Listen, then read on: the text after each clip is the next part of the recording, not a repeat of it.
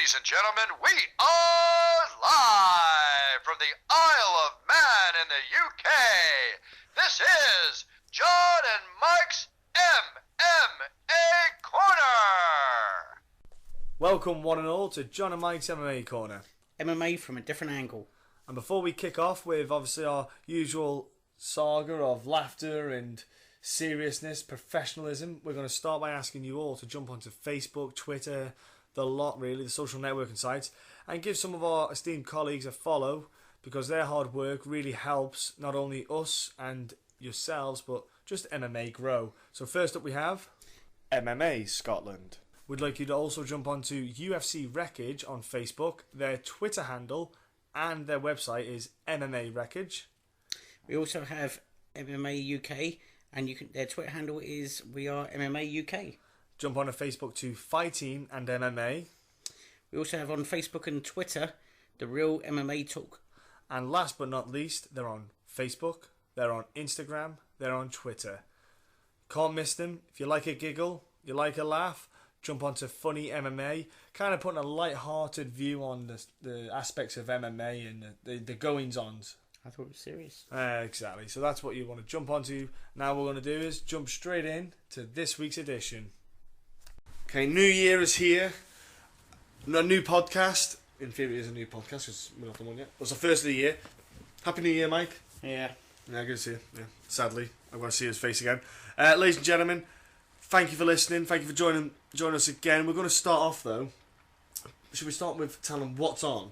Yes, I think it's best. We are not doing the usual. Anyway, we're starting off with us yapping, and then we're going to go to our guests that we've got. We'll get our stuff out the way. Out the way. And then we'll give you the guests to talk. Stuff. Yeah, we've got 7 guests on. We've got a festive bumper pack on, okay? Because it's been the Christmas period and all that palaver. And we just got and it was the end of the year, and we've got a load of people on we just wanted to just have a chinwag with. So we're going to start, ladies and gentlemen, with all these guests. We're going to kick off with Dave Madden. Now, Dave Madden is an MMA. He's a journalist. Sorry, he does a lot of writing, actually. He reviewed a book which might shock you all to hear that before the UFC there was another promotion. So he comes on to talk to us about that. We then also get a group of fellas from BKK, which is the fighting gym in Colchester in Essex, for which Jack Mason is the head coach of. We get those boys down. There's Jack Mason, Johnny McGuire, you've got Sean Carter, Tom Moll, and Dean Simmons. All big group of them. We got those guys on for a chinwag. We also get Jesse Finney on, who's the CEO of Shamrock FC. He comes on to speak about what 2015 did for Shamrock, what's coming in 2016, with Shamrock, and things that they're doing and things that they're looking to improve with the promotion. We also then get Brad Pickett to come along and join us for a chinwag. He talks again about his year, etc. Things that are happening. Things outside the UFC as well. Yeah. You know, he's had a lot go on this year. Exactly. Last year, I should say. Yeah, we're going to see what I mean. It's going to catch us out. But he's got even more coming on this year.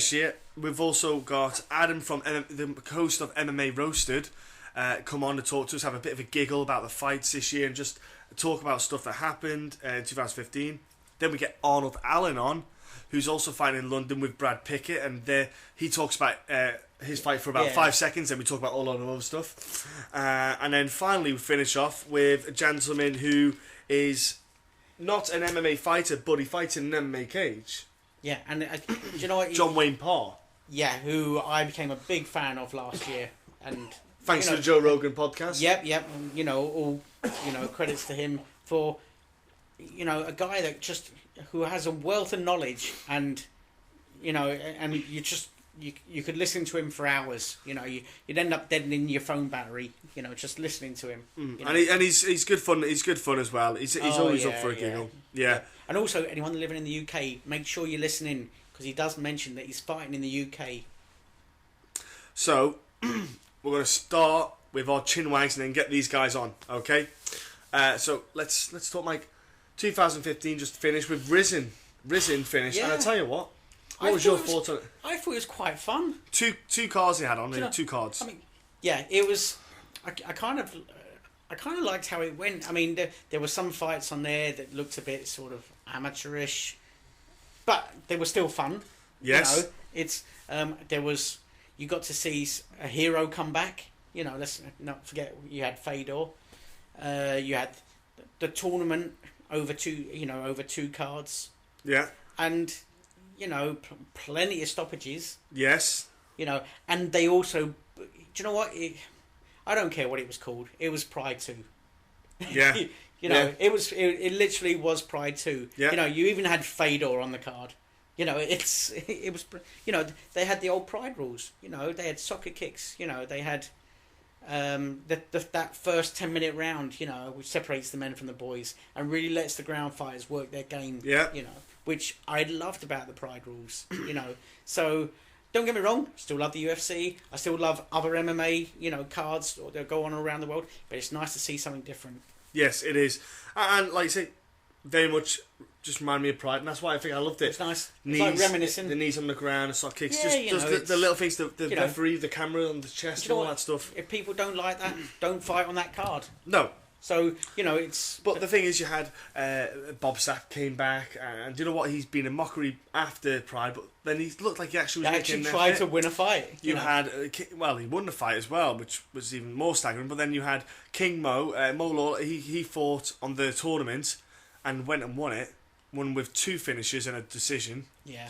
Well done to him, because he hasn't he doesn't have an awful lot of luck in his MMA life. Well... He's been winning. I think he's now 8 fights. Yeah. But what I mean is like with things like with certain injuries promotions and stuff with like promotions. that, But no, so he's had his fight. Then you had Fedor return against the bum. Fair enough. Okay, he got the win, but we got to see him fight again. Yeah, and you also saw the likes of Kron Gracie have his second fight in MMA. Kron Gracie got the triangle choke, beautiful finish.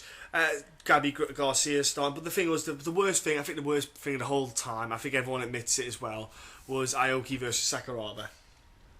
That was the one that I did miss, but I do believe that he actually took a fair hammering on the ground. It was an embarrassment, really. Aoki got him down within a minute and then just pounded him away. But the thing is, the referee should have stopped it way earlier. It was almost like Rockhold Weidman again. I think it's safe to say that Sakuraba has given everything he can give to MMA. He shouldn't have fought.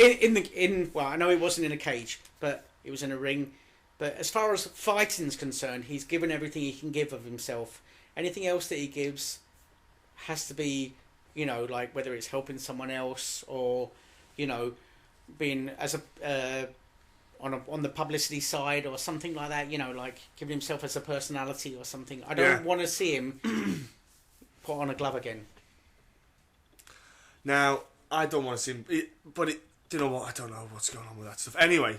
We're going to go on to talking about Juliana Penner over Christmas got arrested. Yeah, kicking 2 like blokes. That. Yeah, it was. She gave a couple of nut shots out, I do believe. Yes, she did. Yeah, that's exactly what happened. You know what I mean? And to be honest, that happens all over the place, and women don't get arrested. But so why the hell they arrested her? It's. I'm sure there was probably a bit of a hands on arse going on, and maybe a few comments from guys because it being a guy, I've heard guys plenty of times, like working on the doors, hearing drunk guys, the comments they do, they think that they can just put a hand on a woman. It's nice to see a woman that can actually deal with her own shit. Do you know what I mean? Like, rather than having to come run into a doorman or getting her boyfriend to deal with it outside and often coming unstuck, she actually deals with both. Yeah. And you know what? I don't know, but the thing is, she did assault someone. 2 people. Yeah. That's the thing, though. No statement's been released by the UFC. Male fighters have done stuff for less, and they got cut. Yeah, and had problems. But the thing is, they know that she's marketable, so I'm reckoning a bit careful with her. So my first comments were, outside of the UFC, it's nice to see a woman being able to deal with her own shit and, showing guys that they can't just treat women that way. But, again, yes, it's a black eye for the UFC. And how would the UFC deal with this? I don't know. I don't know either. No one knows because they've not released any statements. Nothing's been said. Nothing at all. But we're going to move on from that as well. We just thought we'd touch on that. It's a bit of a Christmas bummer, I suppose you could say. Yeah, it kind of made me chuckle a little bit. It made me chuckle a bit. I hope it's not too bad where they give it to her. there's been, like I said, there's been loads of stuff that's happened, and Well, should I have a quick mention of the year? Quick year on the whole in 60 seconds. we'll do that next week because we get more than 60 seconds then. All right. Because do you know what we're gonna? Because it's, Yeah, you but can't, I can't remember more than 60 seconds. you can't put the year in 60 seconds. I don't think we can put the year into 60 seconds. Loads went on. So what we'll do is, we'll talk about it next week because we are pretty jammed up this week. Yes, we are, and we've got a lot of guests. So I'm going to go to the fight card that's coming up this weekend. Robbie Lawlor, Carlos Condit. We'll talk about that card. We'll do a little quick predictions, and then we're literally going to go to the guests. You know, any news and more stuff we'll just leave all for next week. 'Cause I think it's more about just getting the people on we add on.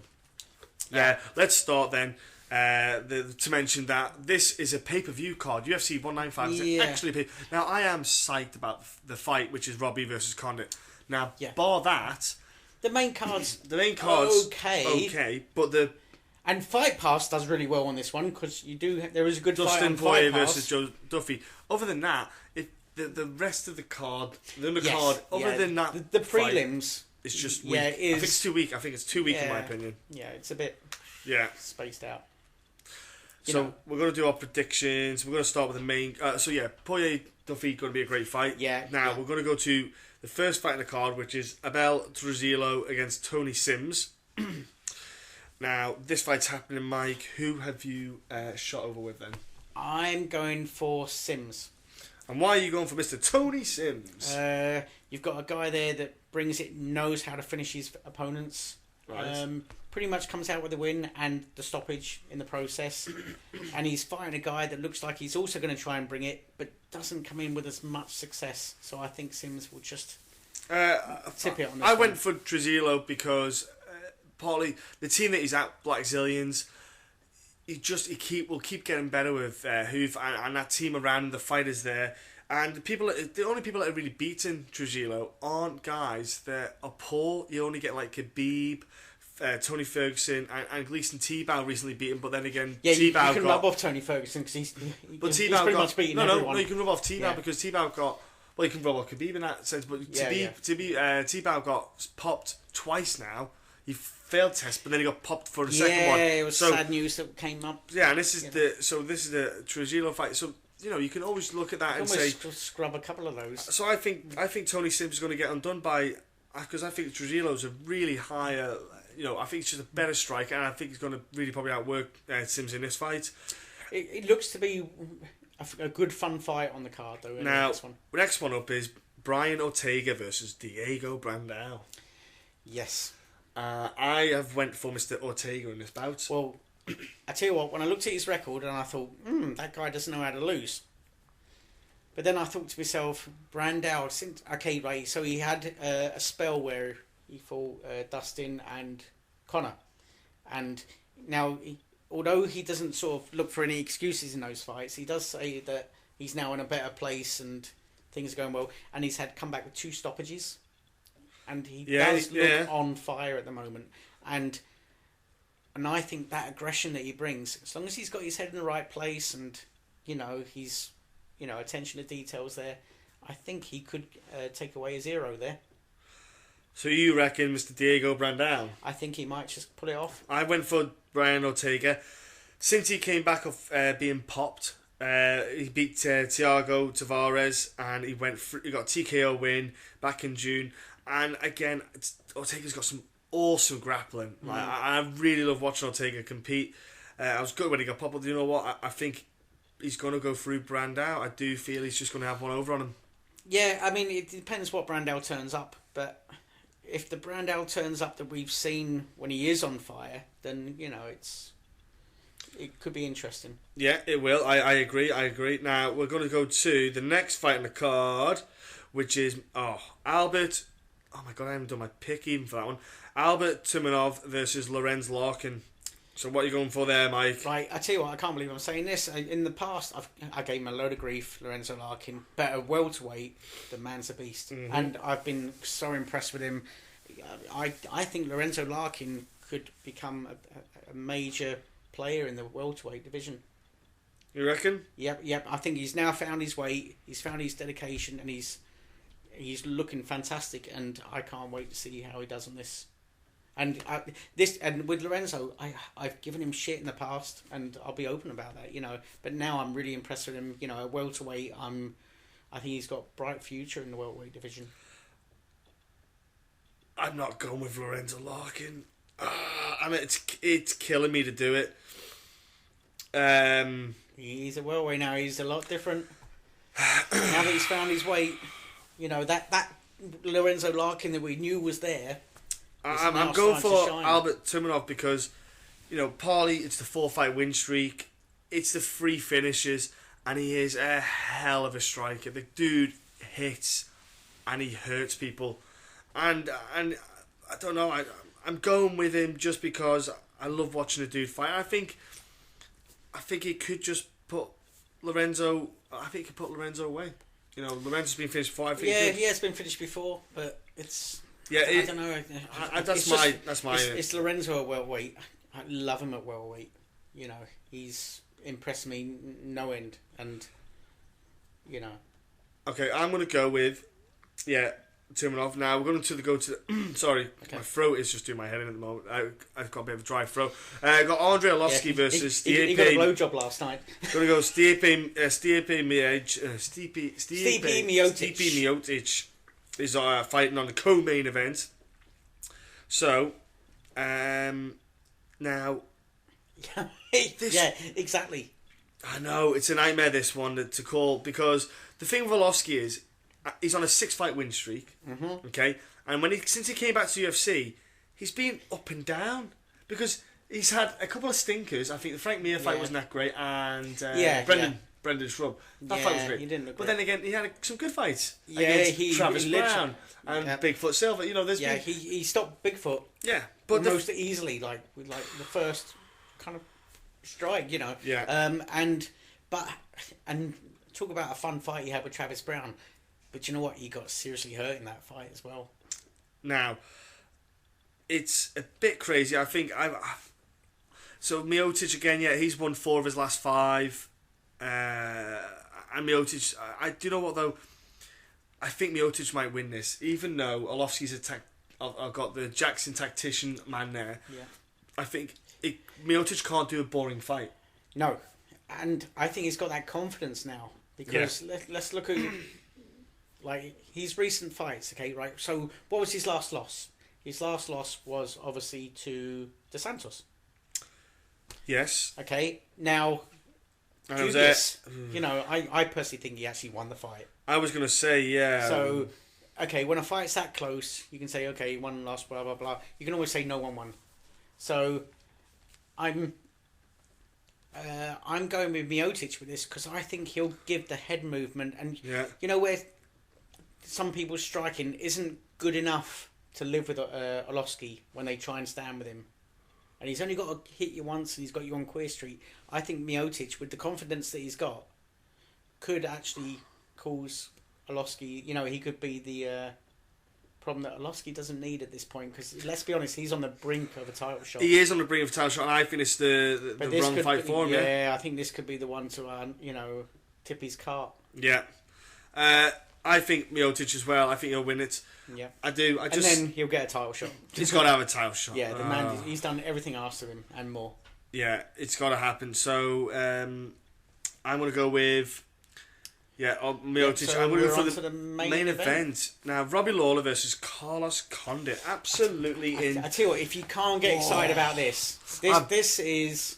Yeah. Do you know what? It's a different fight to a lot of the fights we've been having lately, because with Carlos Condit, he can kind of do everything. He can be very smart, go on the move. Yeah.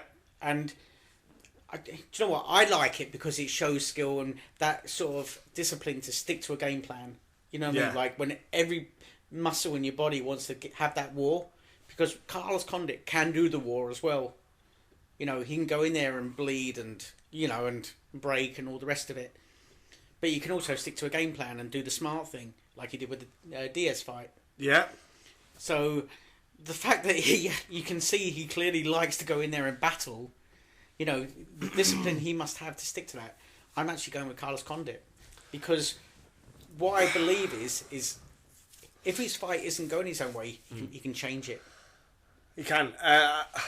Carlos Condit's a really funny one because since 2012, he's only had 5 fights. I think it is 5 fights off the top of my head. So he's not been even fighting that regular. Now I know he had the injury with Tyron Woodley. Bar that, he hasn't really. But you been know active. what? That might actually do him good in this fight because that means that body's had a chance to heal up.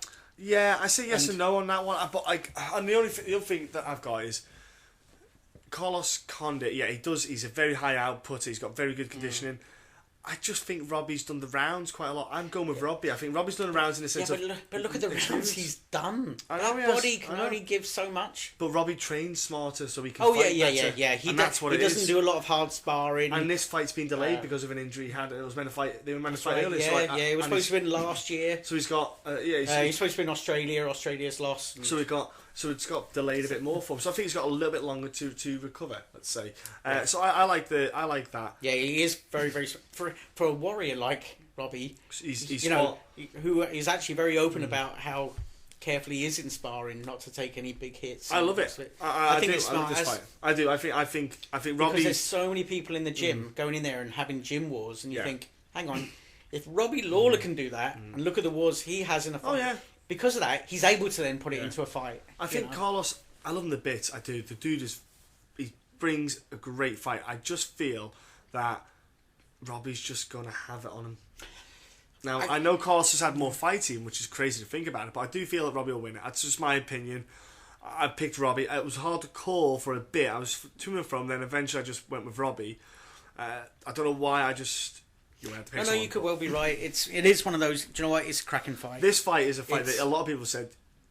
No matter who you pick, you're not wrong because you can't be wrong because it's impossible almost to pick. Yeah, because it's even. It's so close. Do you know what? With the welterweight division, you can't give a bad fight in that top 10. There's a couple of fights here. It's almost like there's not a top 10. You've got like the champion, and then you've got everyone else that's even. More contenders. They're all joined second place. There's a lot of matchups you can do where they'll all be quite even. And speaking about welterweights, Mike. Yes.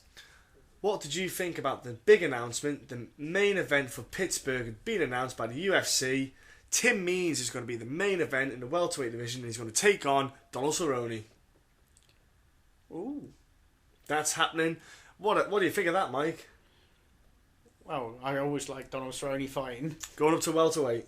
Yeah, I'm a bit surprised with that because I thought he was all right at lightweight. I thought he was handling it all right, and there you go. That's some news. There you go, ladies and gentlemen. That's the welterweight division's just got that little bit better. I like seeing Mike's face. Mike's just like, I love shocking you. Love it. So yeah, we're going to stick on now.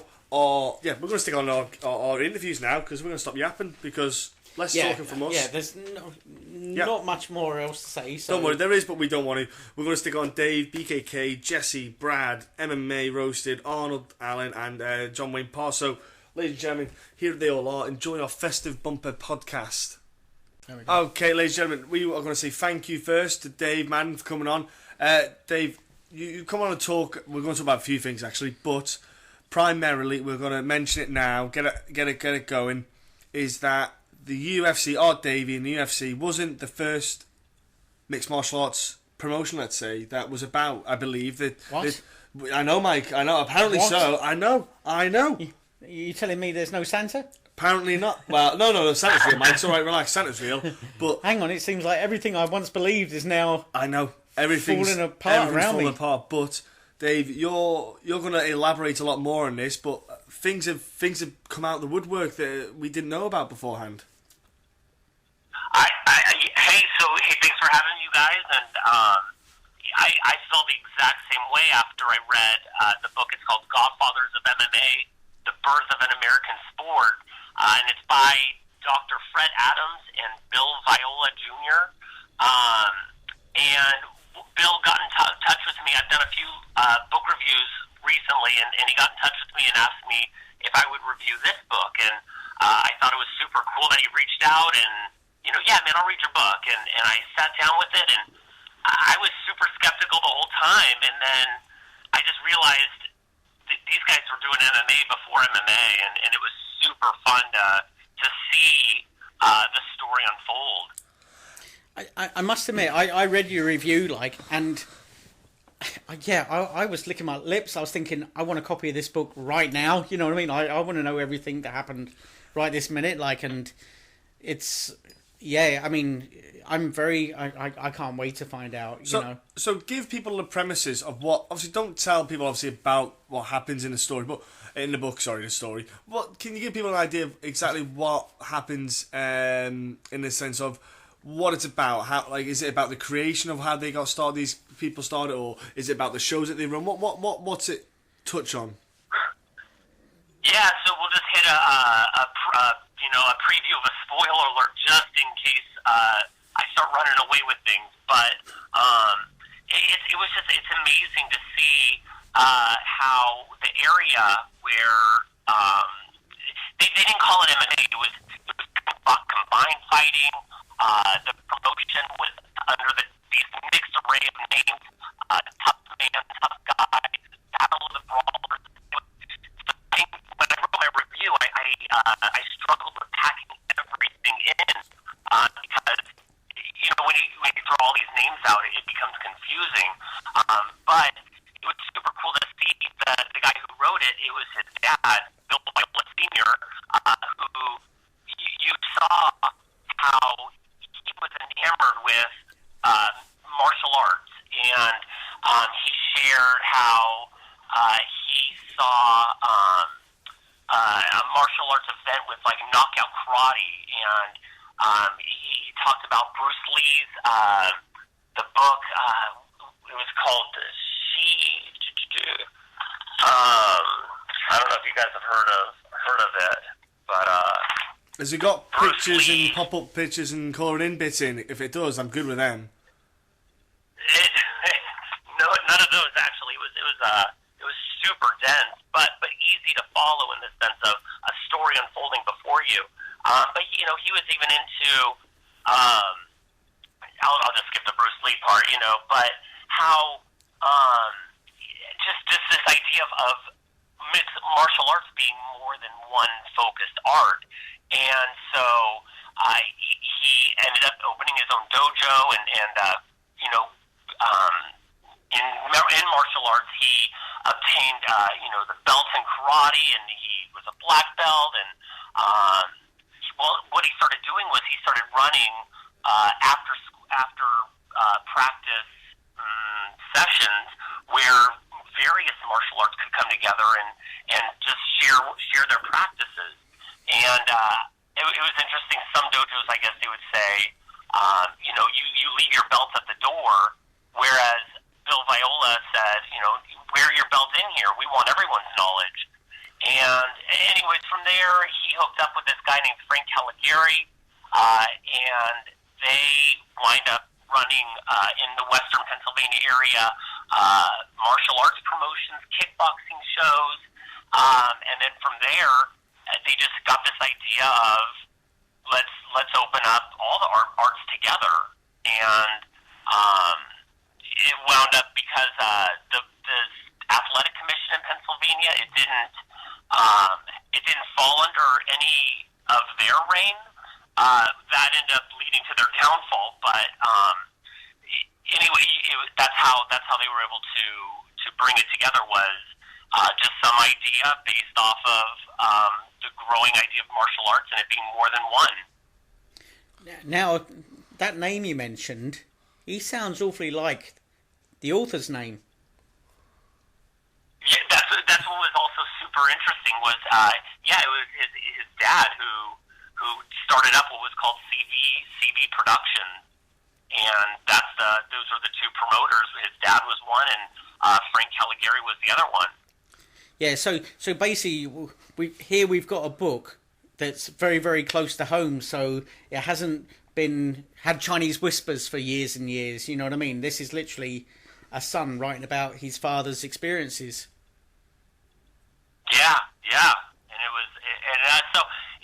was just super powerful too. You could feel that connection to martial arts, and now Bill Viola Jr., the author, he runs the Kumite Classic in Pittsburgh. He's huge into the martial arts and MMA scene. I don't know how deep, but he is very much ingrained into the martial arts scene.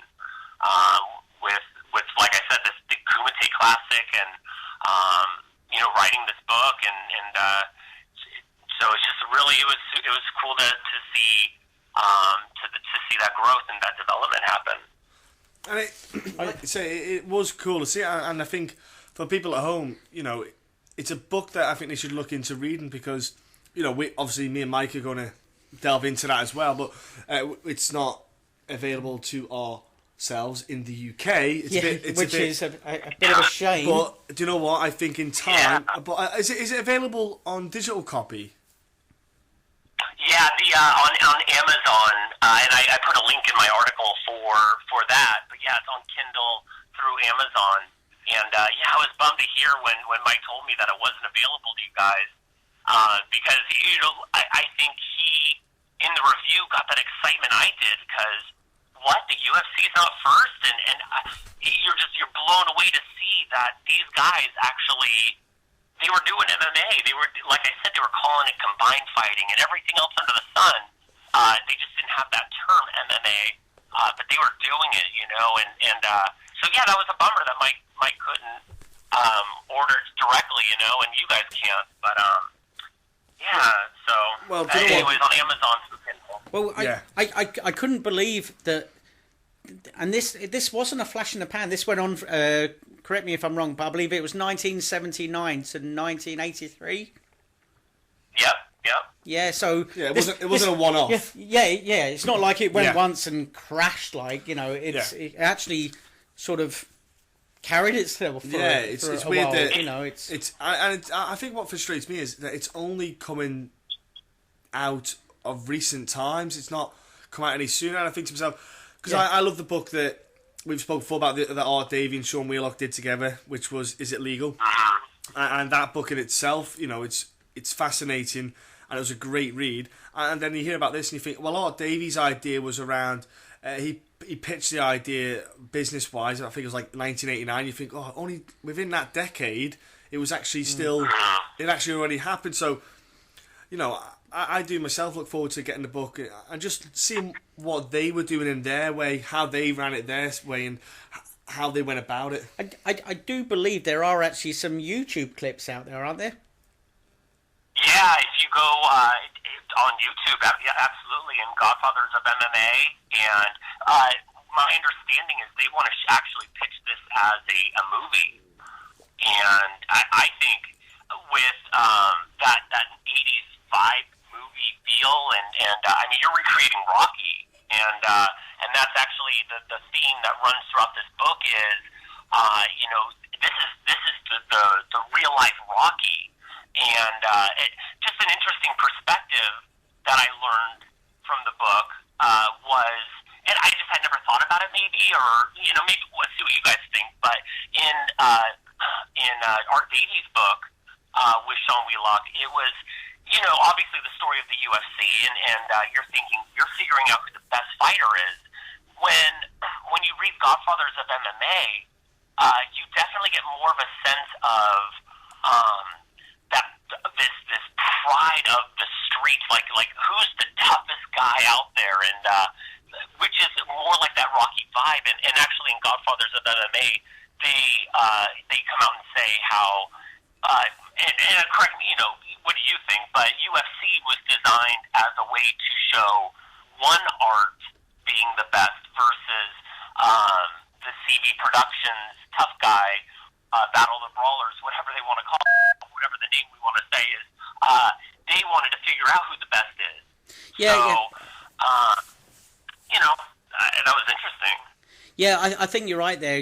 With the UFC, with UFC 1, it was definitely like my martial art is better than your martial art, rather than I'm better than you are, sort of thing.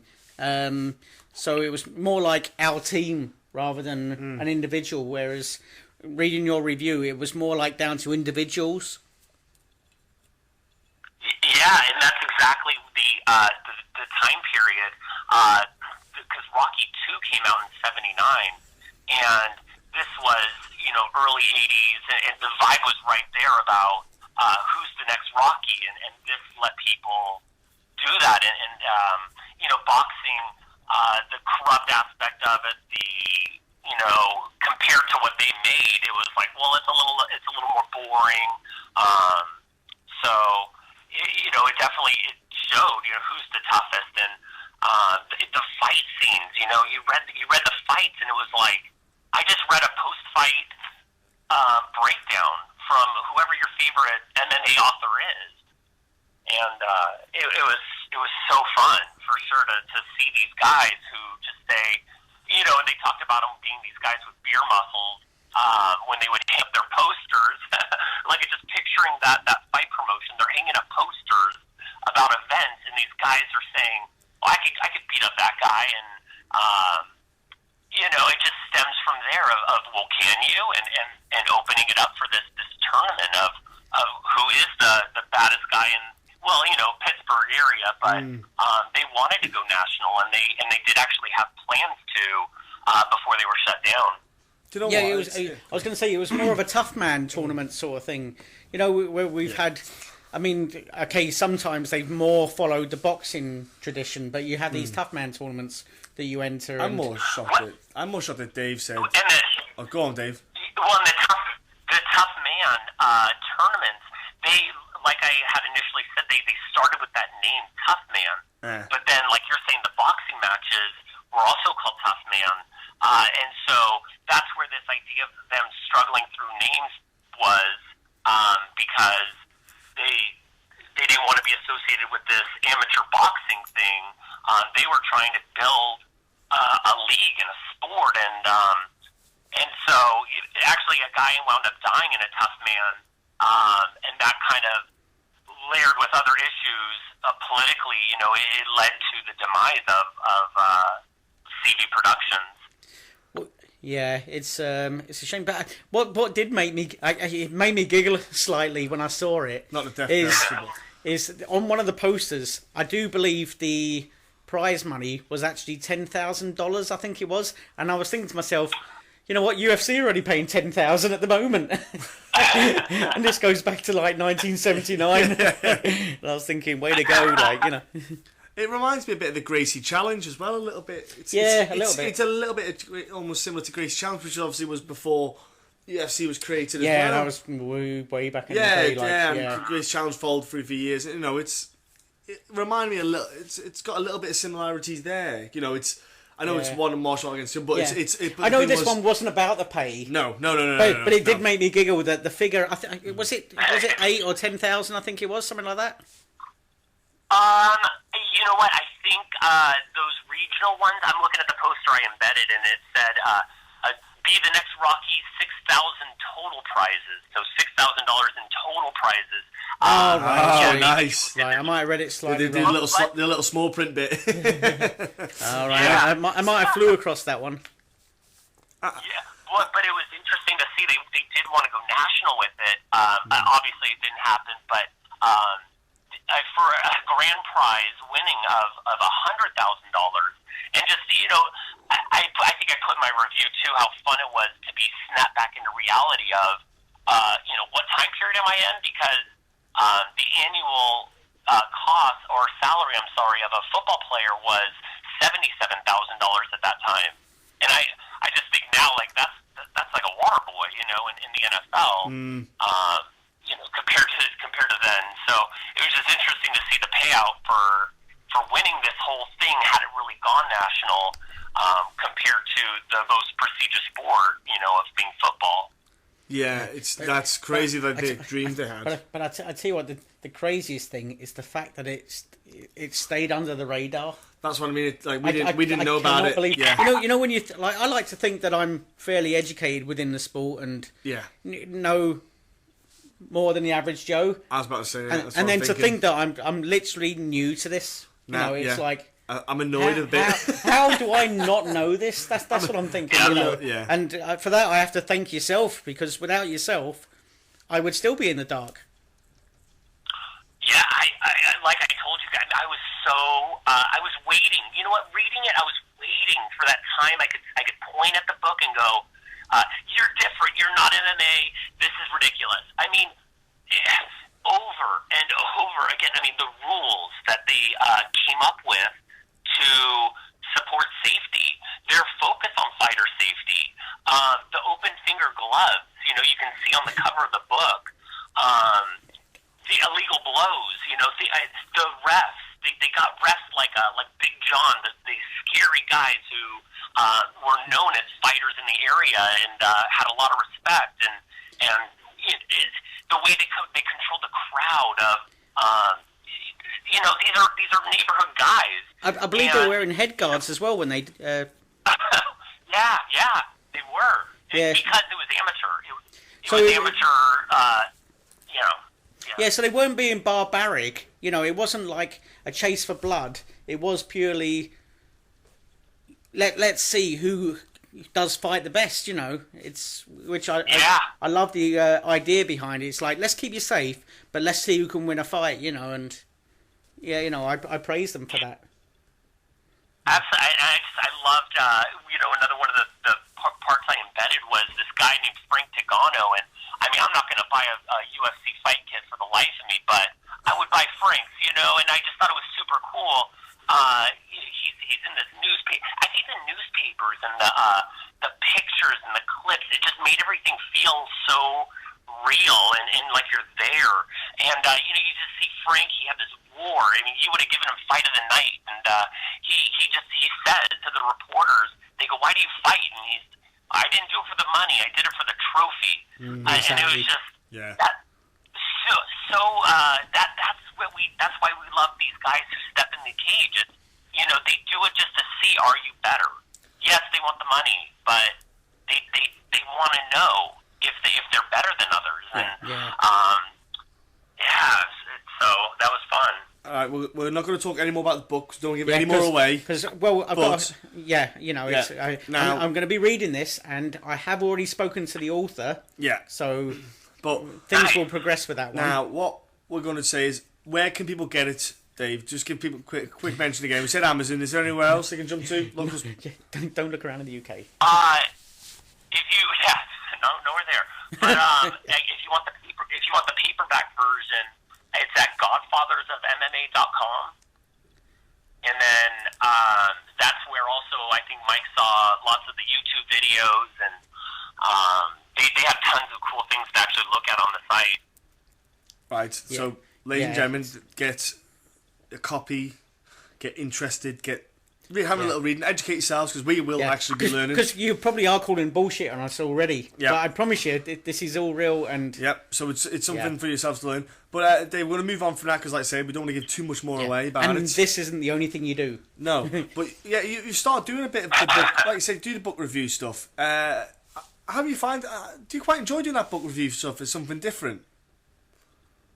Yeah, I think I started reading. I love reading, and when I started realizing how many MMA books were out there, I just started picking them up and trying them.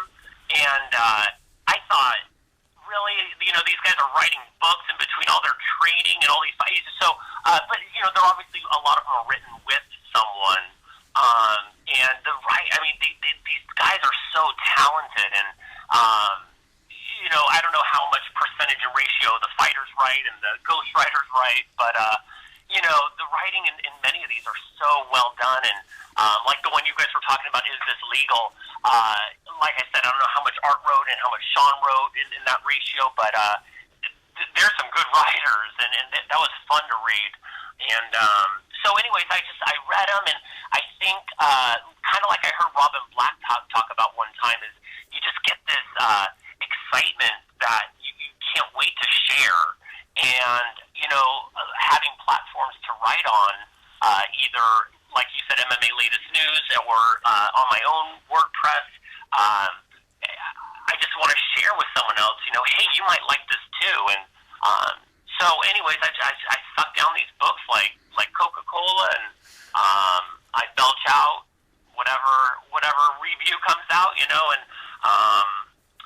I've enjoyed reading them, though, and it's actually brought me a connection with some of the guys, like Justin Wren or Charlie Brenneman. It's been fun to write a review about their book and see them say, So what Dave's really saying is can't keep a secret. Yeah. Yeah. What I like really about not to give the book away. what I like what you're doing, Dave, as well is because you're doing the review of books. Like you say, there's a lot of books out there that people don't know about. You know, they don't know that MMA fight books. So you're actually, you know, your little review is just going out there a little bit more. You know, more people are probably Making finding awareness. out and making awareness, Yeah. and people are probably going to get you know, their books have probably sold a handful more, or 100 more, or maybe 1,000. We don't know, but a little thing like that does help, I think, and it's a good thing that you're doing because you know you also you do the podcast, you listen to podcasts, you do some write ups and stuff like that, and you do a lot of bits like that. And I think it's it's interesting work that you do, and we appreciate the work you've done for us. Yeah, I think too these stories, either on like the podcast where the guys get into more than just the fights, and these books where it's more than just the fight, and I think that's why I even started getting into writing about MMA and being more active in social media about MMA is because I just think it's more than just the fight, and I just think if people saw how much more there is to the sport, it would just close that gap between it being this hardcore for only sport and being more mainstream. And there's just so much out there besides just the UFC, and I that's why I take so much interest in all these different avenues other than just watching the fights. Even though the fights are fun.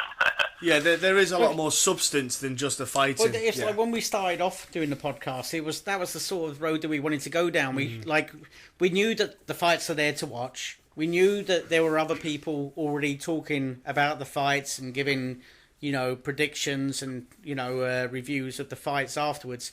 But there wasn't an awful lot going in depth into the actual fighters and what does the fighter do between fights. A bit about their background. What's and his things favourite like that. flavour ice cream? Just random anything, doesn't matter. Yeah, let's ask a question that hasn't been asked yet. And that's the key. That's what we like to do. We like to get people to connect more to the person. Exactly, because they are people at the end of the day. They're not just fighters. They have families. They have hobbies. Things outside of the fighting life. That's why I've been a huge fan of your show, and is because it's and I've actually battled through the accent issue. No, I'm just kidding. But, yeah, we're both Chinese, by the way. It's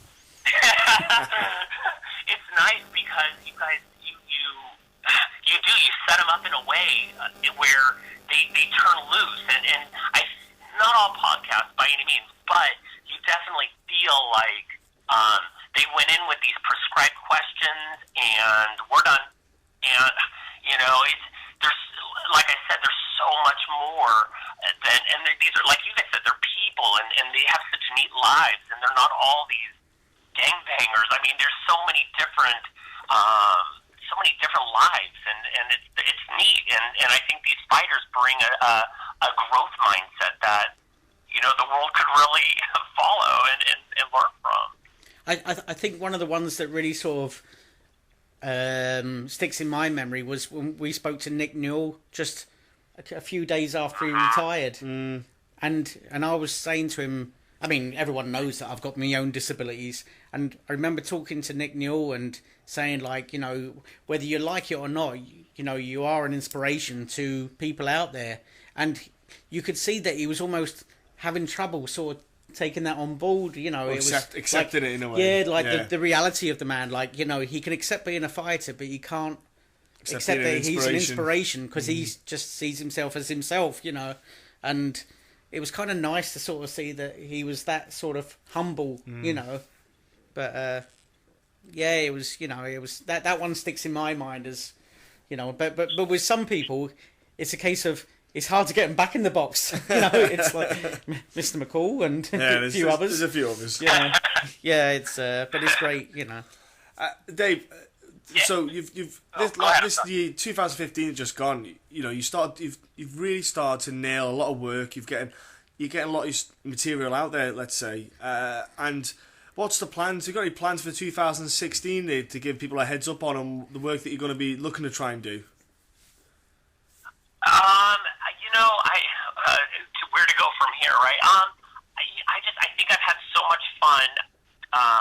What I'm doing, listening to podcasts when I get chances, the connections I've gotten to make with, shows like you and fighters and just other personalities related to MMA and just or writing and what's next? I'm just gonna keep doing this and just writing about MMA and hopefully continuing to shed light on other aspects other than just the fight itself. And I guess I didn't really have a New Year's plan. I just have been having so much fun with what I've been doing. Well, so I just pictured continuing, and yeah. I think he's going to unearth in 2016 that there was Christianity before Jesus. Yeah. No, honestly, Dave. Do you think that's not the last shocker? No, David. Honestly, it's great that the work that you've been doing, and we enjoy reading the stuff that you do. For people who haven't read it yet or would like to have a look at what you do, and how can they get online, mate? And where can they go to? So the review that we talked about with Godfathers of MMA specifically, and a bunch of others I have on MMALatestNews.com, and I host my own stories on my WordPress. That's at DaveMaddenMMA.wordpress.com, and I've really enjoyed just being active with people on social media, and I would love for people to add me. I'm at Dave Madden on Facebook or Madden MMA on Twitter. And that's the best way to get in touch with me. And I just love the interaction, actually, with MMA. It feels like other sports are so distant, and people have their toes so dug into the sand about, like, their team or whatever their belief is. And MMA, there's a little bit of that, but I feel like so many more people are open to, here's a different idea. And, and maybe that's because the sport's still new in a sense, but I think MMA is so unique and special, and I love being a part of it. And Dave, we look forward to seeing what work you bring bring out in 2016. More books and stuff like that we might have to end up purchasing and reading as well. Yeah. More time, more reading. Let's just make them available in the UK, shall we? Yeah. Honestly, Dave. Well, thanks, guys, so much, and I appreciate what you guys do very much in MMA and the interviews you guys have, and I listen to every episode, and I make sure I like the YouTube aspect you guys have incorporated, where not that I don't love all the other fight talk you guys have with your previews and predictions and stuff, but I like that you cut that interview right into a YouTube segment, and I listen to all of them, man. I love them. Yeah, we're going to do more with the YouTube stuff in the future. We have got bits I'm working on in the background. I'm going to add to it and stuff. But yeah, there's going to be more happening on the YouTube side of things. I tell you what, if he listens through everything, he deserves a medal, because even I don't listen to them all. No, but honestly, Dave, thanks very much for coming on and speaking and letting people know about this book. And you know what, we're looking forward to getting the book, getting our hands on it, having a read. I cannot wait. Yeah, man, it's in the mail, Mike, actually, and so hopefully it gets here, and I'm gonna get it out to the Isle of Man ASAP, man. Oh, I tell you what, I cannot wait, and I can't thank you enough for that, David. You've saved me. Okay, I'm joined now with the boys at BKK. We'll just round off like that. We've got a father and son combination with Jack Mason and Tom Wall. We've got Sexy Curls, Mr. Sean Carter. Mr. John Maguire was there, and Dean Simmons-Gonzo was there as well. So thank you for coming. Speak to me, lads. What's happening? Good. So I'm going to start off first with saying that it's the end of the year, 2015's finishing, but it seems that BKK, it's going pretty well there. 2015's been a pretty good year for you boys. Yeah, it's been. I think we've had like some mixed results. Personally, I ended the year with not the best result in the world, but yeah, there's been some big highlights this year and some strong finishes, especially the guys on BCMA, like for instance Steve Aimable is absolutely smashing at the minute. His last 18 months have been brilliant. I think he's gone either 5 and 6 and 6 fights unbeaten in 18 months. Gets like some top guys in the UK, so he's looking really good and looking to start 2016 off pretty strong. Oh, and that little prick Arnold did pretty well. Yeah, Arnold, made his UFC debut as well, and yeah. Yeah, we don't need to talk about Arnold. We don't need. He's nothing. He's not going to make it anyway. It's just luck. What's he? No, we've actually. Do you know what? We've actually got Arnold coming on in. When we speak to him New Year's Day, we've got Arnold on. Yeah, we've got Arnold coming on. So, look, like I say, BKK 2015. You're all starting. You got John Maguire came back as well, so you got yourself back in the cage, and then you got another fight coming up as well against Manuel Garcia Nieto. Is it? He's got a pretty sexy name, to be fair. Yeah, it sounds like a porn name, doesn't it? But yeah, it sounds pretty good. Yeah. Yeah, it was Jack who enticed me back into it. I'm sort of like the adopted BKK fighter now, I would say so. But yeah, Jack's the one who got me back in there. So what, I didn't want. I was forced into it. So what? Oh, you were forced. He twisted your arm, did he? Yeah. So, it was eventually you got to get back in there and fight. I was like, I'm happy being fat at home, but he wouldn't leave me alone. Jack knows twist arm. So what brought you back then? He guillotined me into it. He doesn't have to twist an arm. It's nice to see as well that BCMMA, the promotion itself, like you say, last year it grew, but it's actually it just seems to keep growing. The reputation gets bigger, and I think the cards that you're stacking up now. You got Mr. Luke Barnett jumping on the card as well. It's great to see that the talent, the low UK talent that's going on there now. Jack, I think. You must be pretty proud of what's going on. We're just trying to taking baby steps and just trying to improve it every show. And we got all the guys at BKK help out. They're all fighters and they know what they would like. How they'd like to be treated and what makes them comfortable. So when they're helping out on the show, they treat all the guys that are fighting with the same respect. So everything runs really smoothly. Everyone gets looked after. It's it's like a show run by fighters for the fighters. So yeah, we're just trying to improve it and make it better every time out. And you've obviously Mr. Sexy Curls, you're going on this card as well. It's nice to see. You've got Mr. Casata, who's another former Cage Warriors boy as well. You must be looking forward to getting back in there. After the dodgy stuff going on in was it Finland, I believe. Oh yeah, man, I ain't going back to Finland. I didn't have the best of luck this year personally, but I've never stopped training, and like the improvements I've made weren't showcased last year, obviously. But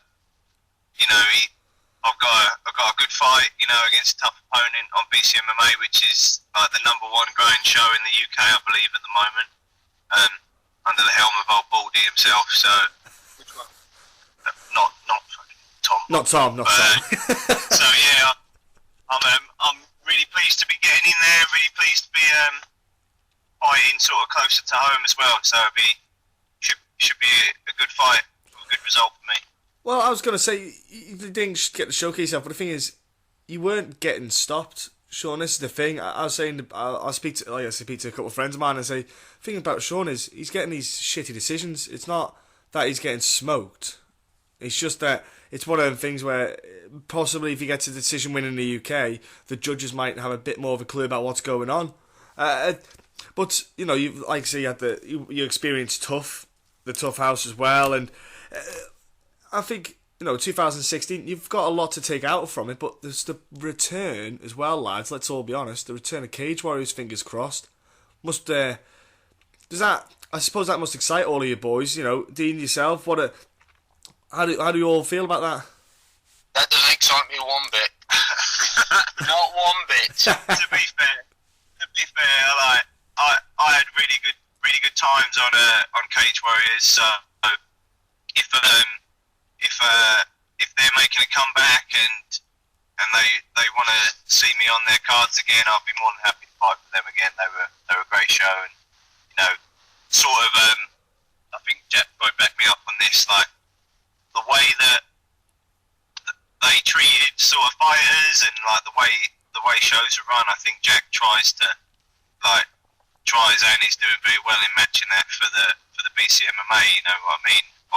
Yeah, like when Cage Warriors left, left the scene, like maybe 18 months ago, whatever, left a bit of a big void in UK MMA. So, I'm definitely with BC MMA. We're just a local show. We're not trying to, take over the helm or anything like that. But we are just trying to, where we've got a local show, we're just trying to emulate all the good things that they did.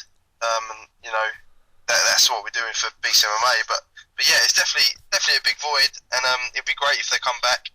I just like to see some dates from them now, and get some shows actually. Yeah, stop talking about it and just do the bastard. Yes, I have been harping on to Graham to try and get some dates, try and eke some dates out of him, but it's like getting blood out of a stone out of him. But fingers crossed, we might get some more news. He puts out these teaser statuses on Facebook. He's like a woman who cock teases. We're just like, look, just give us the dates, mate. You know what I mean? I don't care. I'm sure there must be something more to it. So 30th of January 2017. That'll do, yeah. 2017. I'll make a note of that. I'll make a note. And Jack, your son Tom, went off and competed in the IMMAF. And how was that experience for you, Tom? Pretty shit, to be honest. Like, the team was good. I was just done shit myself. Just fucked everything pretty much. And why do you think that then? Why do you think it didn't quite work? One, because I'm the coach and he missed weight by £6 to start of it, and then he finally had to cut weight, and he's the best fighter of the day then.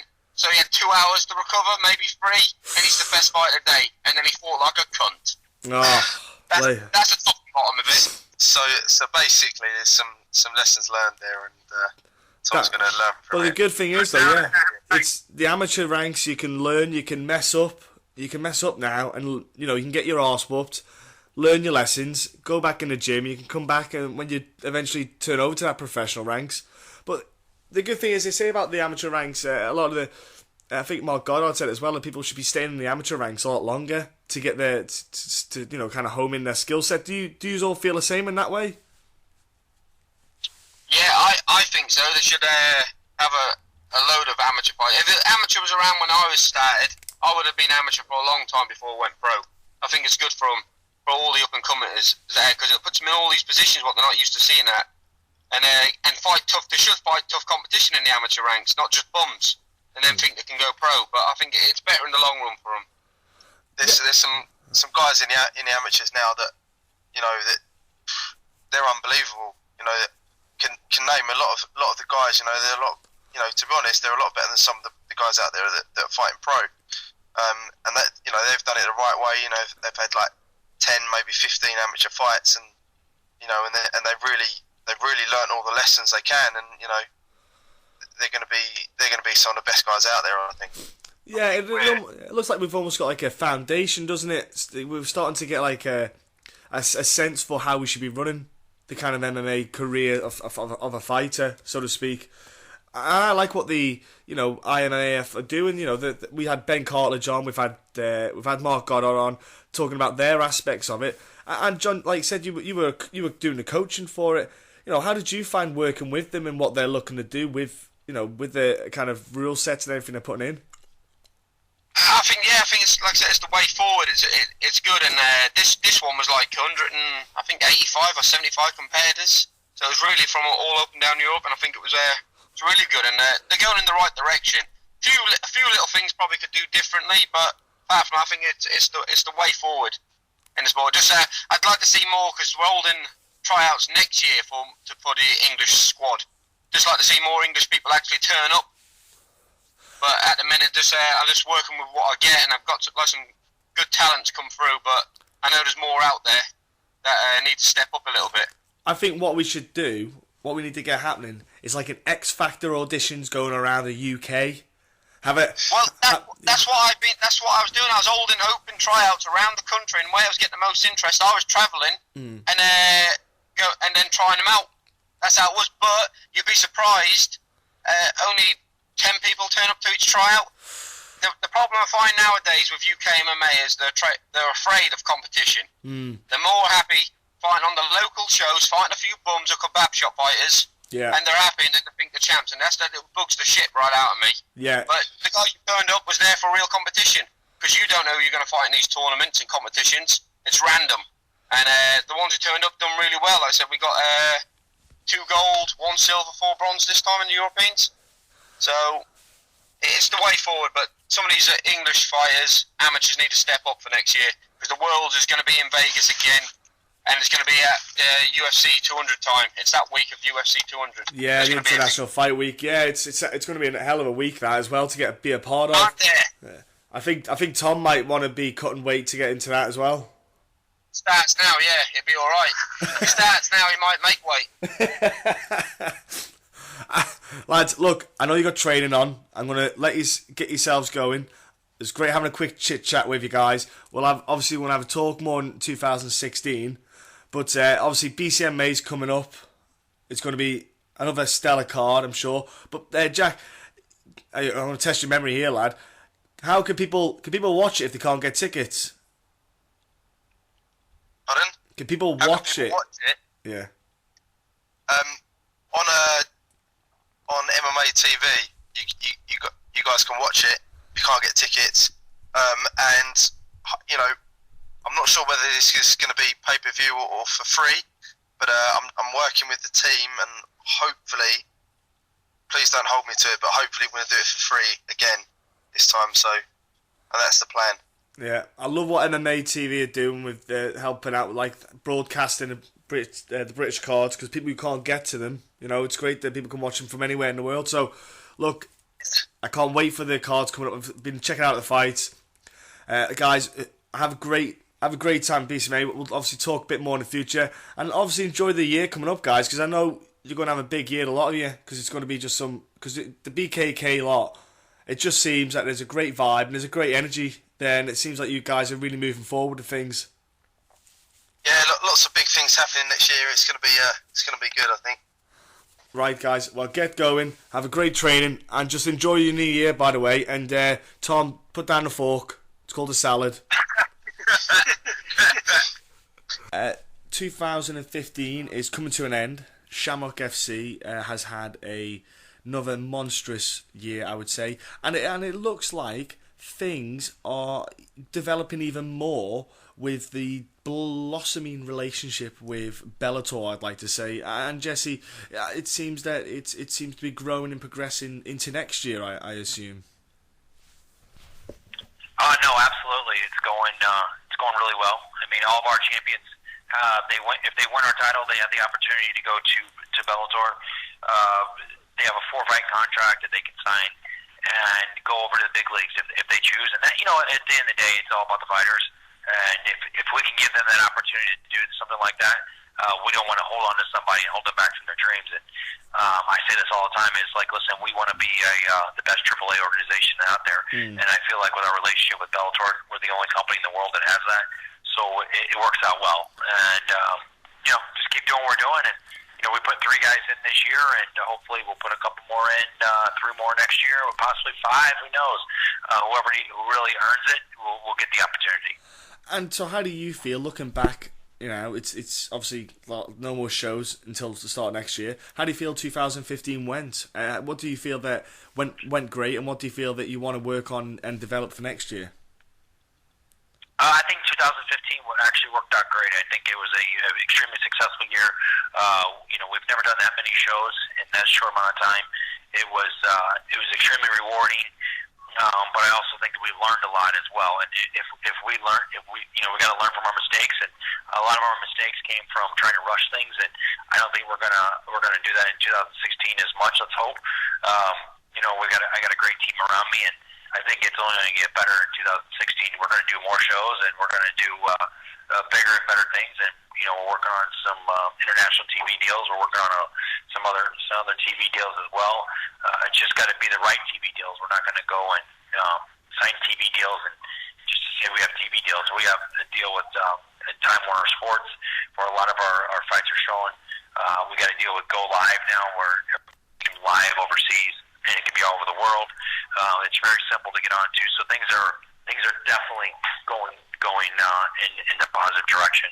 I was about to say about the Go Live thing. That was a recent addition to the Shamrock, let's say, expansion. Let's say, and I find it very useful. I think it's great that you're doing it because, for example, you want to put yourself out there in a market that's open and free in the world. People can access so much on the internet now.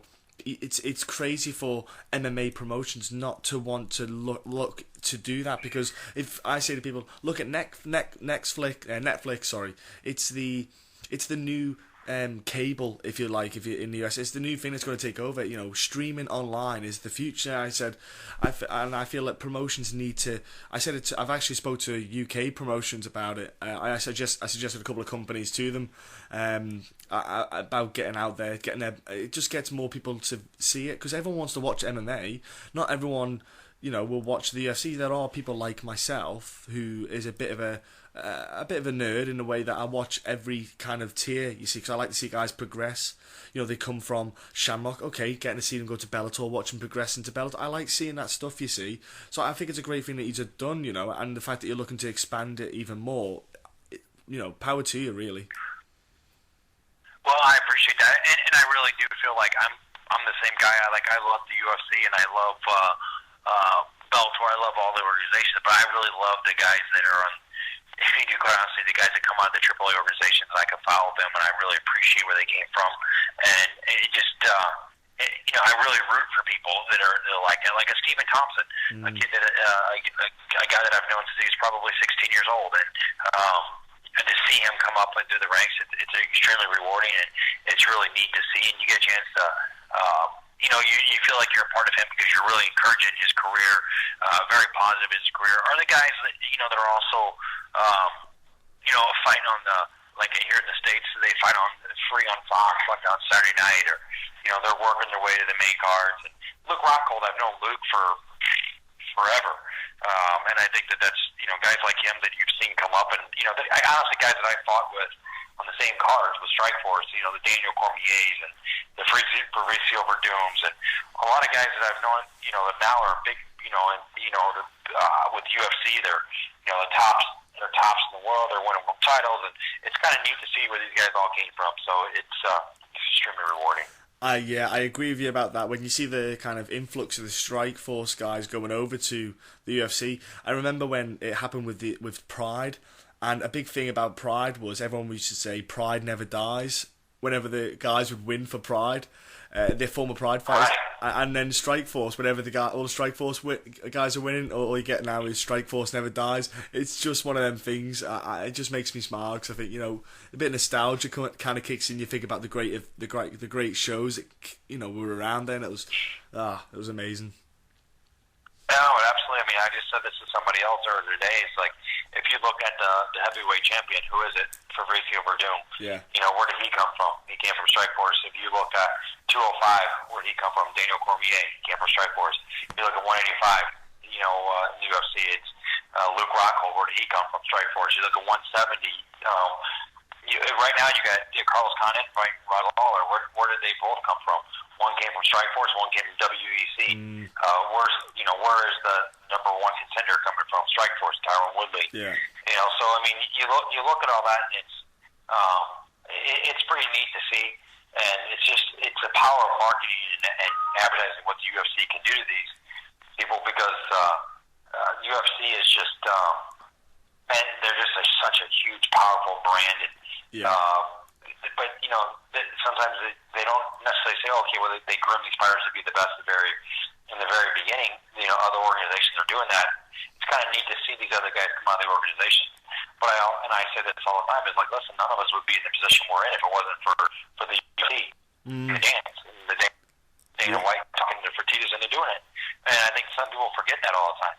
and they want to hate on the UFC or they want to hate on other organizations, don't forget where you came from. And I say that to people all the time. And listen, if you don't want to fight for the UFC and they're not paying you enough money, but hey, there's options out there. Go somewhere else. So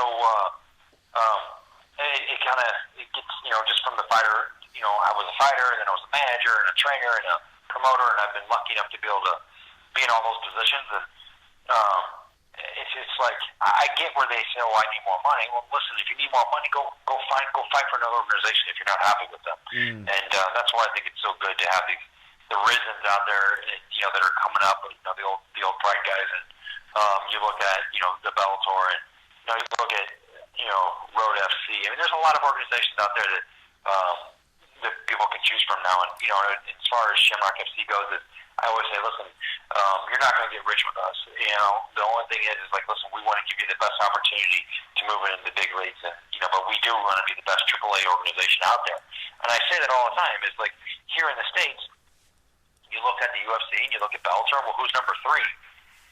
A lot of people could argue. Yes. Some people would say World Series. Some people would say, I don't even know, honestly. Some people might say Titan Legacy does a really nice job. Is RFA Canada? Is RFA Canada? Am I getting mixed up? Who's that? RFA. RFA does shows. Yeah, there's a handful of promotions. Yeah, I think it's hard to nail. Because I think number 3, it's in waves.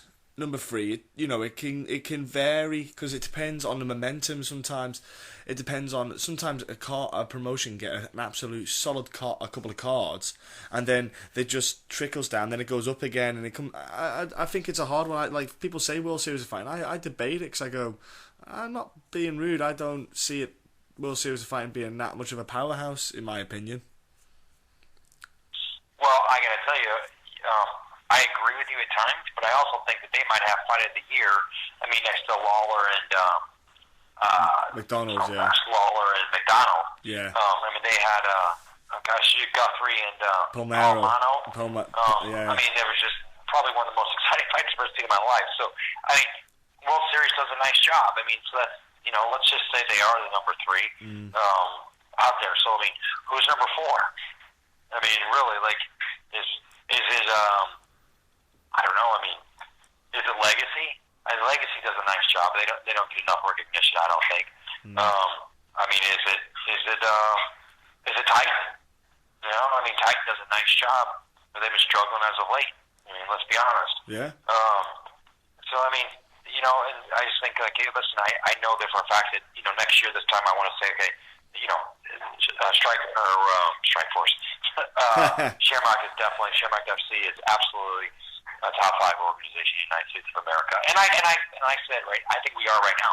I really do. So, I mean, if you ask, I would say it probably goes UFC, and it goes Bellator, and it goes World Series. I would say World Series is 3. Right now, I would say that Legacy is 4, and I'd probably say that we are 5. So, but that's just me. I mean, I think that maybe I'm just a little biased to our brand, but if you look at quality of product that people are putting out, that we have a direct line right into Bellator, the type of shows that we're putting on a consistent basis, we don't cancel shows ever, knock on wood. I mean, we always do we say we're going to do. We take care of the guys, so I think that we're definitely a top 5. Well, I was about to say, the thing about you is, with the promotion that you run, it is a consistently run promotion. The quality of the production is consistent. The matchups that you constantly put out, it's not one of them ones where you do, say, 5 shows a year. You're not one of those promotions. You are. You're always in, I say, the MMA eye, let's say, not the public eye. I say the MMA eye, let's say. You're always in there, and you're always, you're putting people out. You're giving, and the good thing is as well, you're getting guys who are making their debut. You're getting guys who are experienced. You're getting just a plethora of, abundance of experienced fighters in, which is what makes it interesting. You're not just sitting there going, right, okay, we're just going to try and get ex-UFC vets only, and that's all we're going to have on our card. You'll get guys from everywhere, and you'll just put anyone, you'll put the guys out there, you'll give guys who are their debut on your promotion, and you will help them progress in their career. And like you said, they can develop, then they can see that next step, which is Bellator. And I think that's really, comforting, I think, for a fighter, knowing that they've got a promotion that, like yourself, who will help them, and they've got you who they can talk to, who's got a world of knowledge on experience, not just within being a promoter, within the fight game as a fighter, so you can always help them out. And I think that's something that people don't quite appreciate if they don't know Shamrock FC enough. Well, I appreciate that, but I mean, I try to always tell these guys, listen, just listen to everybody, go with the people you trust. Hey, listen, don't. You're not gonna make a living with us. You're not gonna make a career with us. Yeah, you can make an extra 20-25 grand a year fighting with us, but what we will do is lead you in the right direction. Yeah. And we're gonna give you, we'll sign you. We'll put you to 3-4 fights. You don't have to look. You don't have to look for fights anymore. You know when you're gonna fight. You know how you're gonna fight. You're gonna know. Here's your path, and you follow your path, and we can get you to the next step. Whether it be the UFC, whether it be Bellator, it's up to you. It's your choice. So I think that that's a very that's big. It really is. It is, yeah. That's big for us. So I mean, it's good, man. I mean, I think that things are definitely going in the right direction. I mean, I don't know if there's another company out there that can say they met. We had over 300 fights this year. We put on 300. So we did over 3. I mean, that's pretty crazy, right? I mean, yeah. And I don't think I've ever told anybody else in the media that, so you're welcome to run with that. So I mean, because we just figured this out this morning. Wow. 300 fights we did. I mean, that is a lot. And we didn't cancel one card. We didn't have. We did everything we said we're going to do. And listen, I'll be the first to tell you, like, there was times that we took our lumps, and but we didn't cancel cards.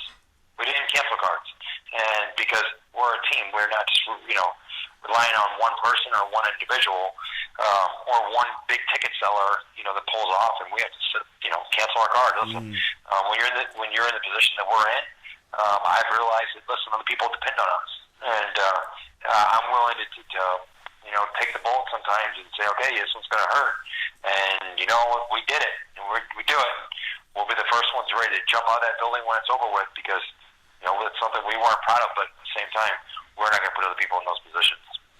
No, you're right with that, and that's the thing. I think obviously with what you're going to do with the TV deals, you will. I think by the end of 2016, I think the Shamrock FC brand will be more seen in the eyes of people. Because it'll be more accessible. More people will be talking about it. You'll see it more virally spread out. It'll be like, I think it'll be something that'll be put out there a lot more. And one thing I did want to kind of ask you was recently about there was the summit they had about the weight of the fighters with the weight cutting, and what I think it was in the state of California, they put suggestions across for the weight classes, how much guys cut. Even ONE FC, obviously they had their young fighter pass away sadly, who was cutting too much weight. And this kind of things, when you hear about that, have you in the background been looking at this, discussing it, or is it something that you don't want to touch on yet? What's your views on this? Well, I think that it definitely needs to be thought about, and I think it needs to be. This is something I really do feel like that you should probably, if they really want to get to a solution to this, I think that you put top 10 promotions. 10 promotions in the United States of America, for us at least, and you put the top 10 guys together, you put the athletic directors together, and then you say, okay, let's put all these smart people in one room, and then let's come up with a solution.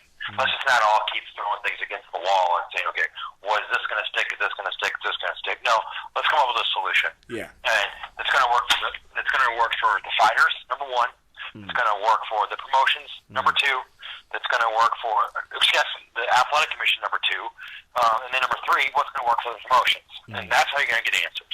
Yeah, I don't think that you can say, ONE FC is going to come up with the solution. No, I don't think they are. I think that if you actually put everybody together and you put, one FC and then you put Lawlor and UFC and you get everybody, it can be easy as a Skype call, or you could do a full, 2 or 3 day solution to it. Yeah, I quite like the idea of, well, what I like is that ONE FC have went out and put their heads out there. They literally stuck their neck out and said, we're doing this. And I you know what, I commend them for it, because I think it could go really wrong, but at the same time, at least somebody's made a start. And I think, do you know what, we need someone to make a start, because like you said, it might not, do you know what, they've put a list of things that they want to do, implement. One of those things might stick and the rest might not, but at least one thing started, and they, you can build. They've planted a seed, and we can watch it grow. And do you know what? I look forward to, hopefully, like you say, maybe something like that might happen. The top heads might get together, and then even they might speak to ONE FC and go, look, you've got an idea there, ONE FC. Come over here. We'll have a chat, and here's our ideas. Maybe change the things, and they might change it again. But it's a start, and I think, like you say, it's vital for the fighters. Because there's guys cutting too much weight. Even I've done it myself. I've been a victim of it, and it's just one of them things where I quite like the idea that it's going to hopefully make a change in the sport. And if there is a change in the weight classes, so be it. I like the idea. I've always said there should be a couple more, not too many, but at least a handful more weight classes in there, especially between 185 and 205. That's too much of a weight gap for me.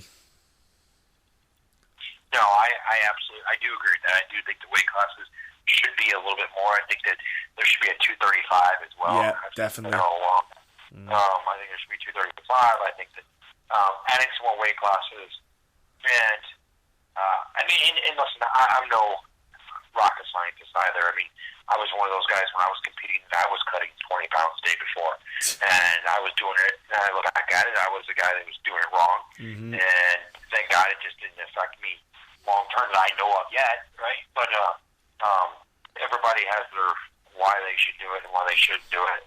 I was listening to people that probably I shouldn't have been listening to. But hey, listen, at the end of the day, I think if you put smart people together, you're going to get smart decisions. Yes. And I just don't think that one organization can make the right decision for all of us. No. I think that probably what's happened is because of the summit that happened, and then ONE FC making I think they made a quick decision, because obviously what had happened, I think a lot of things have happened. Christmas time's come. I think everything started going again in January, and I look forward to seeing what happens. Like you say, I think a 235, I think a lot of people have suggested it for a long time now. I'm just waiting for someone to go out there and put that on, because if you think about, if we use the UFC as a good example, the likes of like Anthony Johnson and Daniel Cormier, those guys wouldn't have even bothered having a cut weight. They could have just been in that weight class, and you would have seen them competing at a nice, comfortable weight that they fight at. And I think you would have got a lot of happier fighters. I quite like the idea of it as well. Well, and I think once you do that and you establish that, it's just going to take time. Yeah. It's not going to be an overnight thing where, these guys are all going to change weight classes. And, it's going to take time. It's going to take time. And I think that if, let's say, they come up with everybody comes up with a solution together, a team, and you do, you get the top organizations come up with a solution. I think it's still going to be a 2-year process before everybody gets on the same process, the same page. And do you know what I look forward is then to 2016, and hopefully we get some, by the end of the year we'll get some great ideas, and maybe the sport will have moved on. But what kind of things are we going to expect from Shamrock FC in 2016? We've seen 2015 happen now. You've got the TV deals you're looking to pencil in. Any big things you're looking to hope to happen in 2016?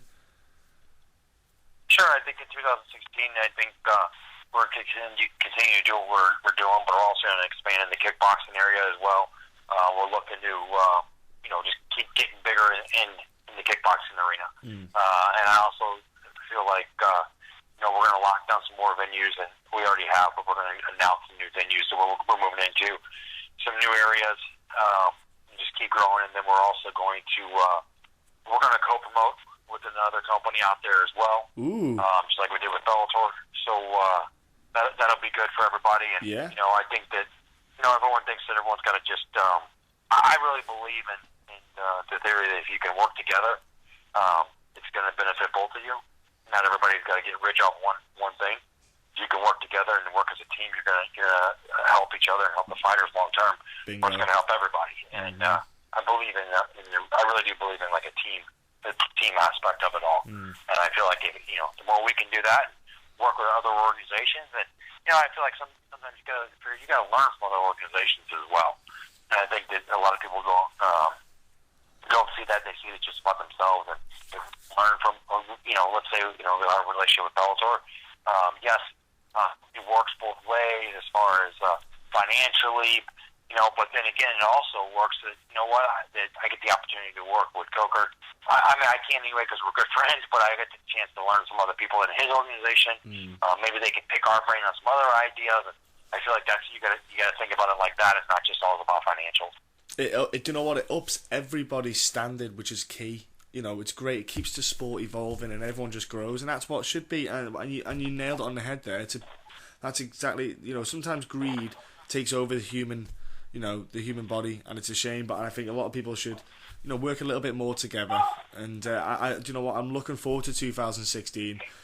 Just as a fanboy, and Shamrock FC. Do you know what? Let's go for 400 fights this year.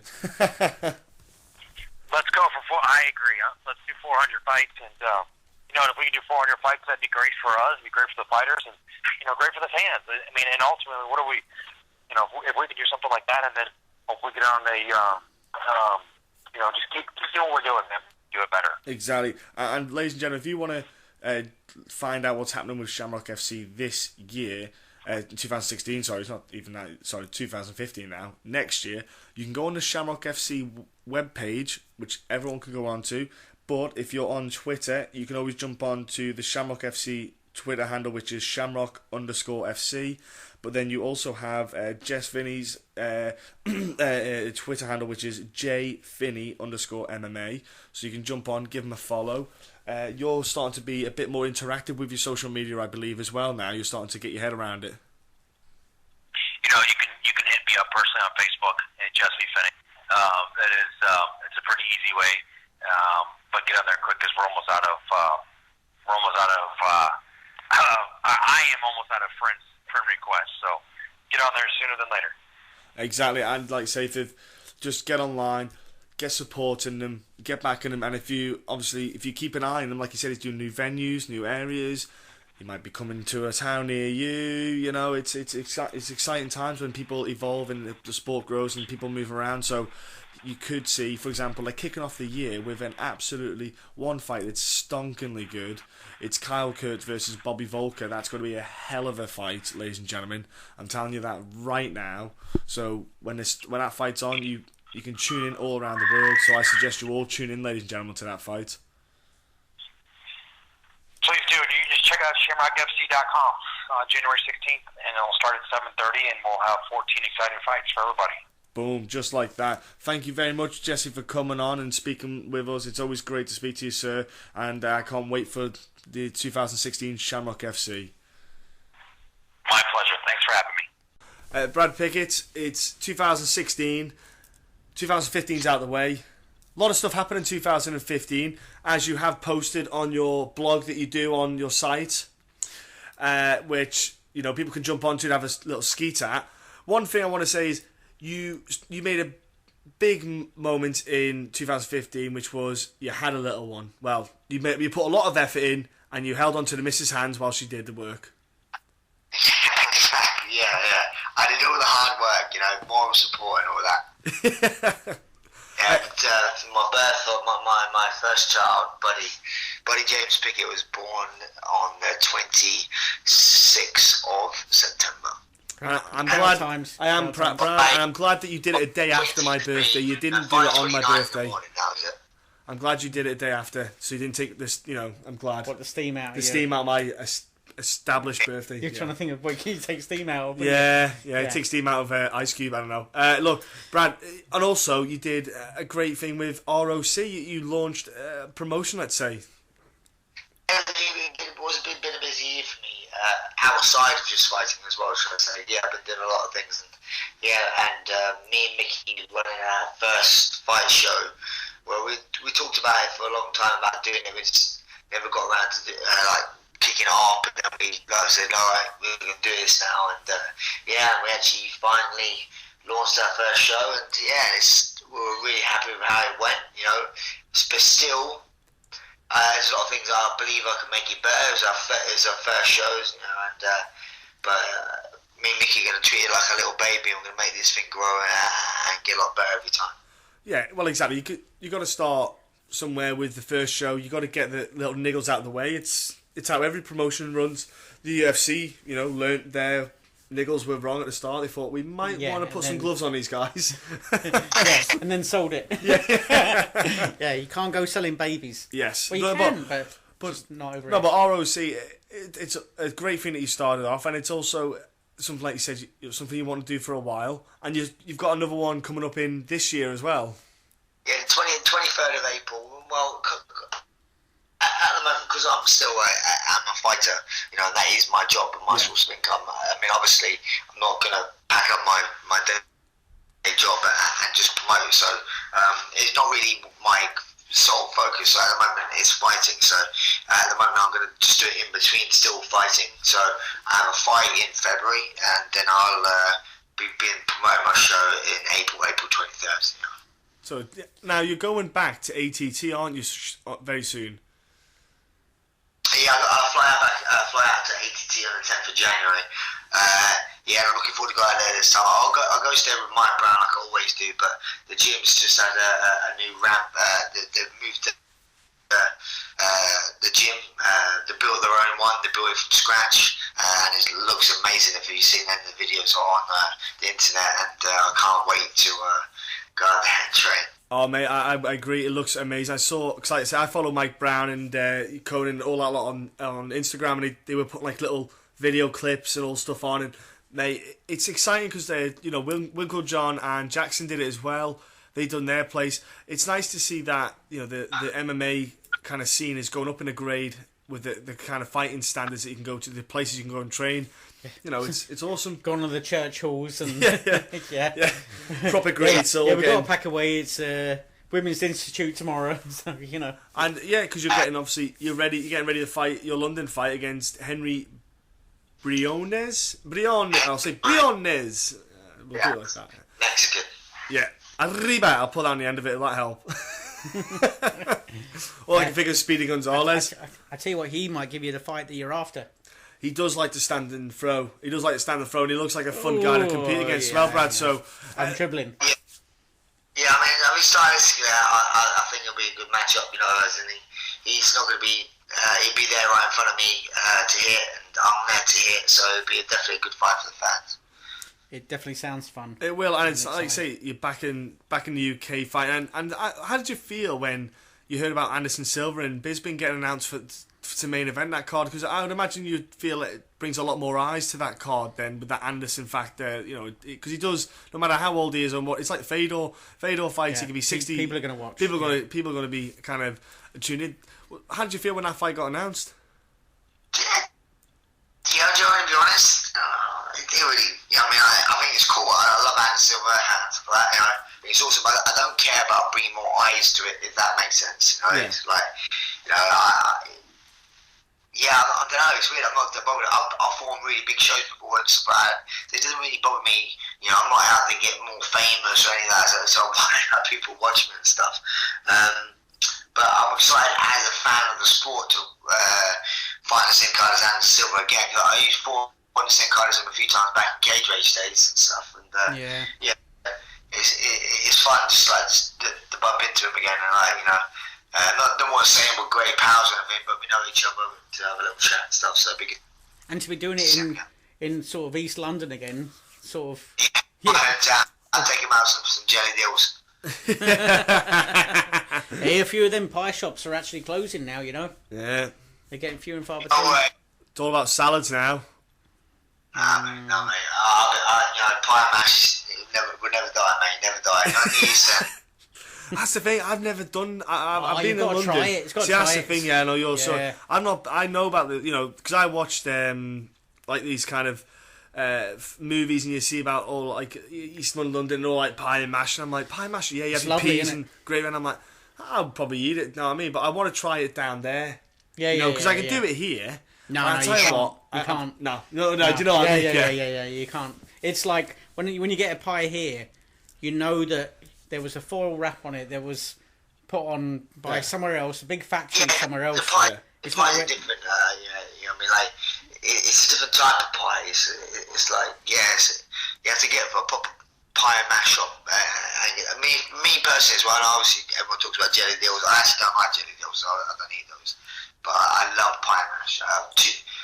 Two pies and mashed potato with liquor and vinegar. It's amazing. Yeah, which is not actually liquor, you know, before you ask, like, it's, not yet. because you get a choice of gravy or liquor, don't you? Yeah, you're not going to get hammered off it, no. No.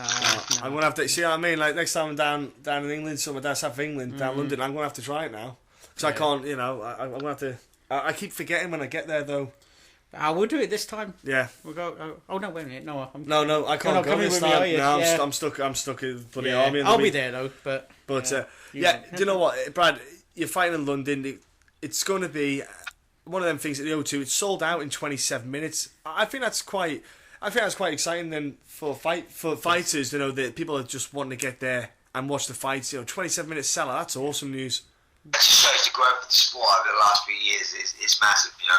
So, yeah, I think that's obviously everyone talks about it all the time. I think that's pays tribute to the growth of the sport due to Conor McGregor in the European scene. You know, it's made the sport grow tremendously in this last couple of years. So, yeah, so it's amazing for the sport in general. And can you, as well, before I forget, can you tell people what, and even me and Mike actually, Pioneer Sports Press, was that right? Yeah, Pioneer Sports Press. What that is basically I bumped into this lovely lady called Becky. She actually approached me when she found out I was doing my own show for Rise of Champions, and she says, "Oh, what are you doing for the press side of things for that? How are you going to promote it and all that sort of stuff?" And she says she would like to help out. I said, "No problem at all." So basically, she helps us out to help us out with all the marketing and stuff like that for Rock IOC.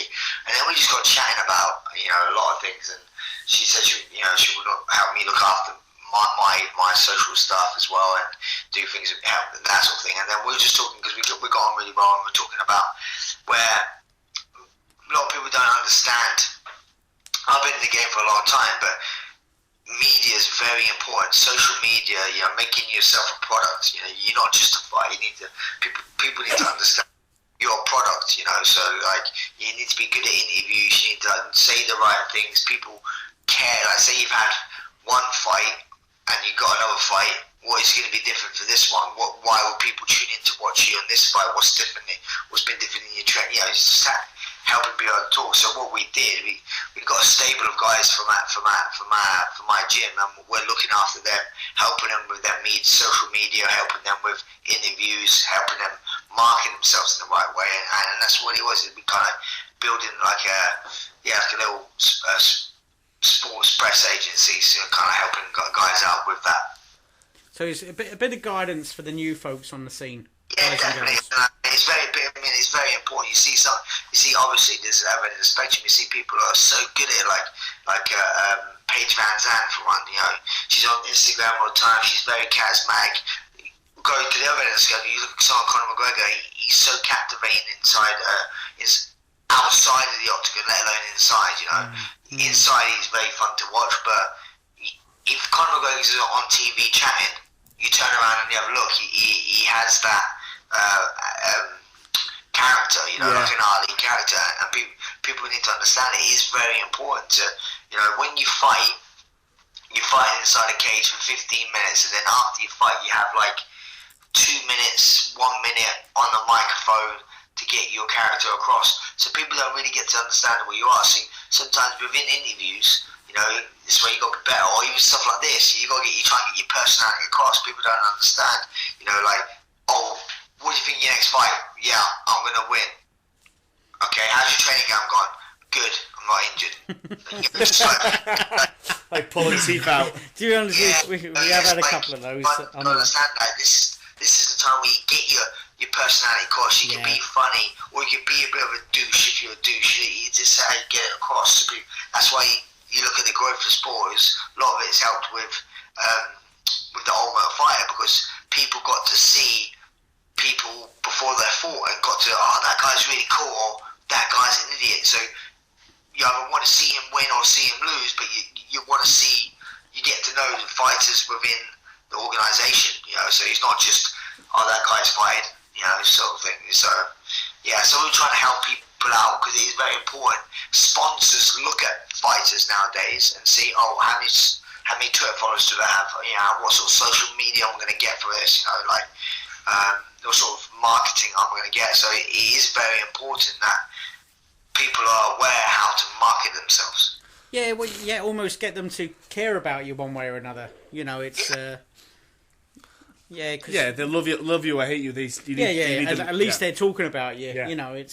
Yeah. Exactly. Exactly right. Well, I was going to say, because you got the boys like you say, like Jake Boswick just went and got another win in December, and I think that's like 10 fights in a row. Something he's won now, and they're wondering what he's going to have to do for a UFC fight. There's bits like that for him where this kind of social media bit can maybe project him. I know it sounds daft, I know it's outside of the cage, but he's already done it in the cage. That little bit helps. But Stuart Austin as well, he had a hell of a whirlwind at Bama where he ended up fighting for a title, which, how that all came about was just crazy. So now he's got this label on his name, whereas before he wasn't as active, you could say, on like the Twitter and stuff like that, but now he's got to market himself out there to let people know, well, I'm the champ for a star, I won his belt, blah blah, or interim champion, whatever you want to say. But it's little things like that. It's quite important. So you got a good group of guys that you can actually start working with on that specifically. Yeah, we've got a lot of good guys we're working with. We're working with Nathaniel Wood as well, who fights in Bama. Yes. And Corin Eaton, who fights in BC MMA. We've got Luis Gonzalez, Bill Bowman. We've got a small little roster of guys that we're helping out. And we're also trying to attract more people to the roster, and not only just concentrating on fighters as well. It's like even promotions to anyone who needs help with their social media. If it's a brand, for instance, whatever like that, just anything needs help with marketing. Like us. Becky, who I'm partnered up with, she's a genius. Yeah, she couldn't help us, Brad. She couldn't help us. No one can help us, mate. I don't know. I like posting me weird stuff on. Yeah, no one likes seeing it though. Yeah, they do. But Brad, you're right though, and it is key, and it's interesting to see what you're doing in MMA, like the past, say a year. Then the promotion coming up with the grassroots, you're doing this bit. So you're really being proactive on your own accord. Like you've got, for example. I was going to say this stuff wasn't around when you was starting off in MMA. It's huge. I think what it's all about, man. Yeah, it's helping. It is. I was with my opening up my fight show at Pioneer Sports, but it's like when I first started fighting, it was a case of like you just fought because you enjoyed fighting, you could earn a bit of money here and there. But it wasn't. It was never like a legitimate career path.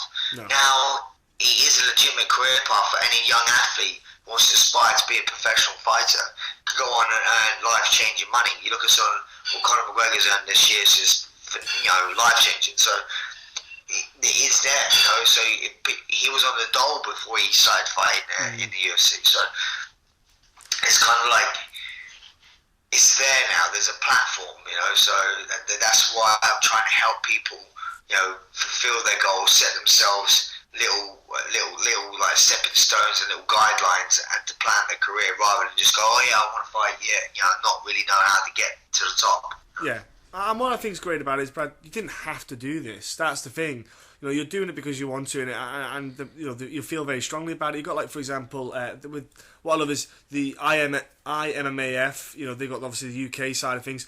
Mark Goddard, he goes away and does all these seminars about the refereeing to help improve the sport in that aspect. Yeah. Ben Cartledge does the judging. He goes around the UK and Europe, help educating people on the judging side of things. And it takes a couple of figures to help just do stuff like this, and I think it's great. Bring up the level it's all huge. Around, it's huge, and I think what you're doing, and obviously what people like that are doing. It will next year, like this year, sorry, I keep forgetting it's this year now. You know, this year you'll probably see an increase in the game. You know, the whole aspect of it. Yeah, the education of the sport itself, like, you know, and everything inside and outside of the cage. You know, so there's an awful lot outside the cage. You know, and if everyone can be that little bit more organised and ahead of the game, it helps everything really. You know, and so yeah, but going for sport, I say like it still surprises me how much more it's crazy. So like, there's so much growth still to be. You know, I remember when I say no one knew what you try to explain to someone what I did for a living. Like, what you fighting? What's that? Cage fighting? What's is it legal? You know, now you see it. It's like everyone.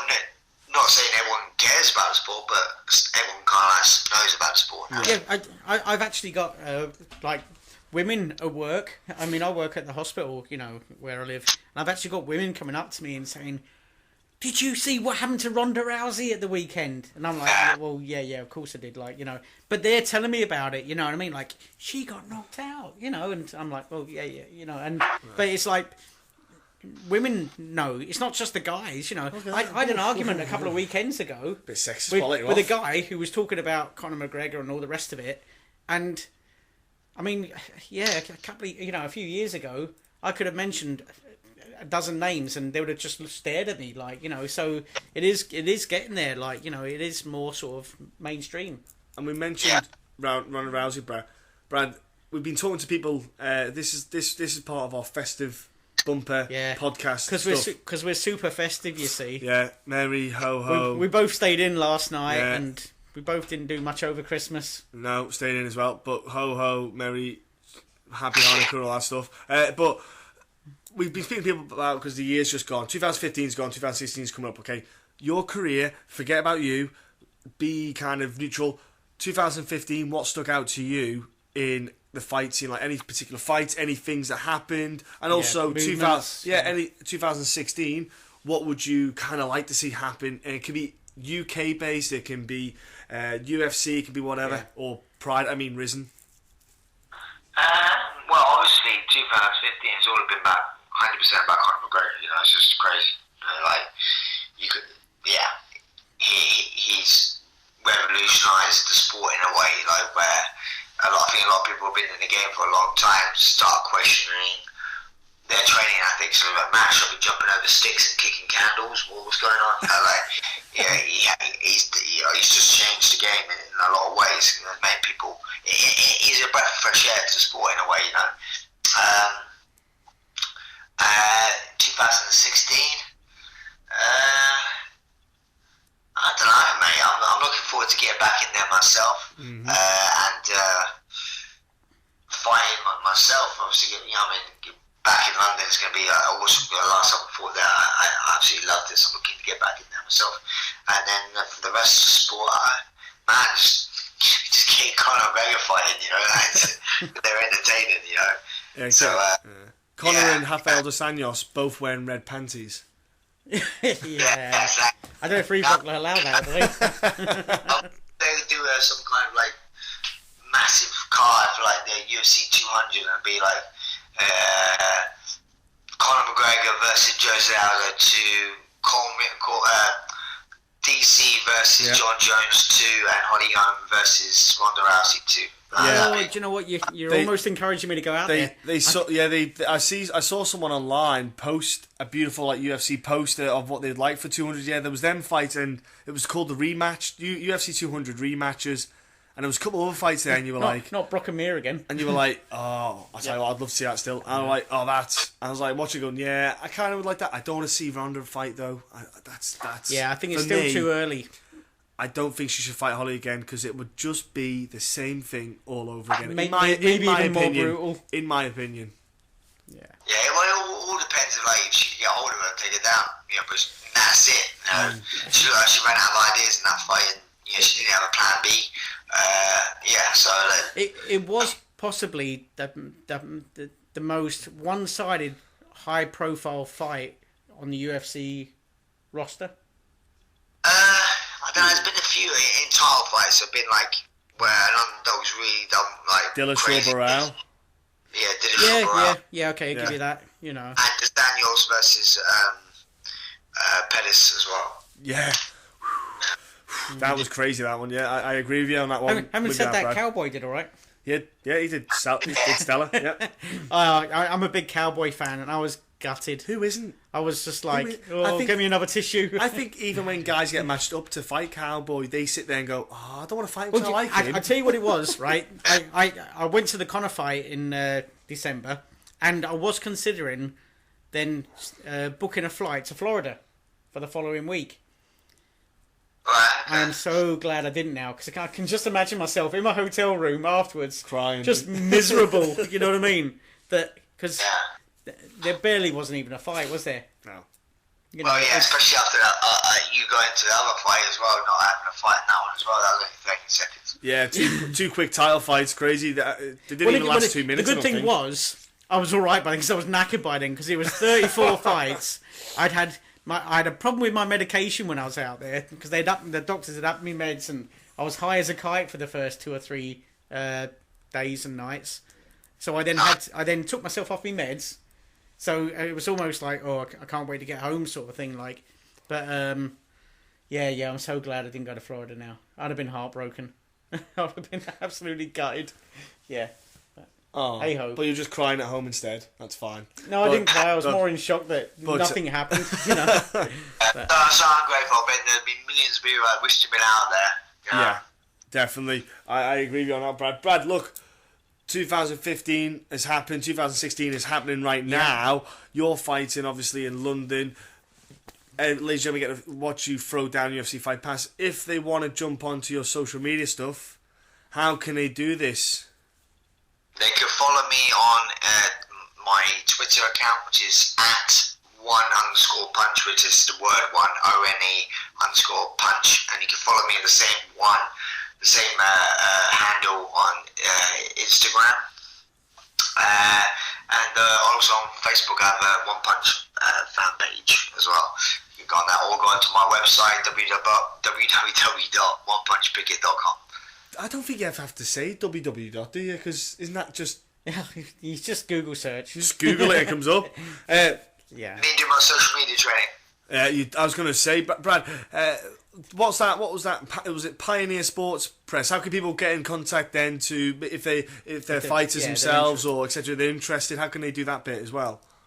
Oh yeah, the same thing. They could go on Pioneer Sports Press on Twitter. That's @Pioneer Sports Press. I'm sorry. I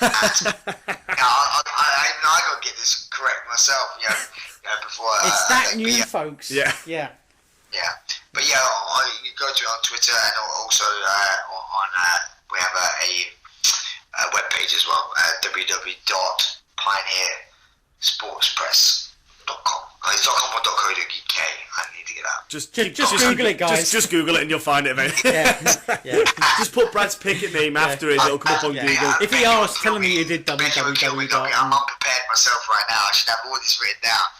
I would thought we'd catch you out, Brad. Now we'll let you off. Yeah, because Brad, I'm sure you've got somebody looking after all this for you. Yeah, exactly. And Brad, if anyone wants, it's www.pioneersportspress.com. Right. Okay, now have you got the fight card? I imagine you haven't got the fight card started for ROC. But if there is any UK fighters listening to this and they maybe want to get onto that card.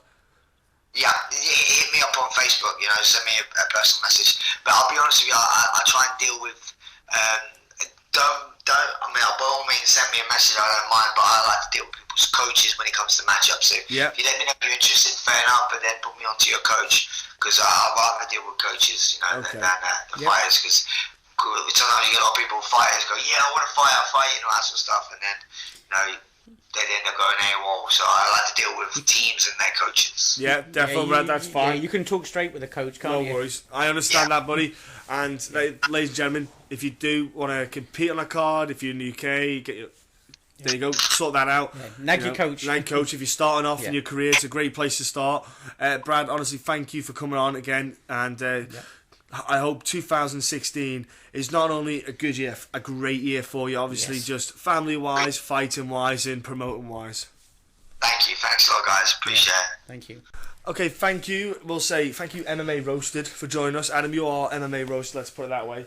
So, it's the end of 2015 now, and let's just put it this way: you've had a good year.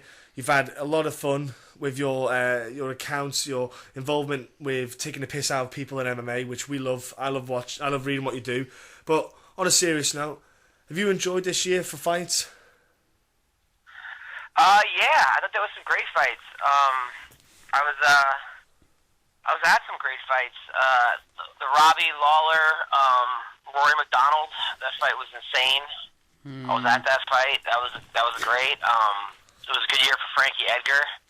You know, I think he beat Cub, and then he won his next fight against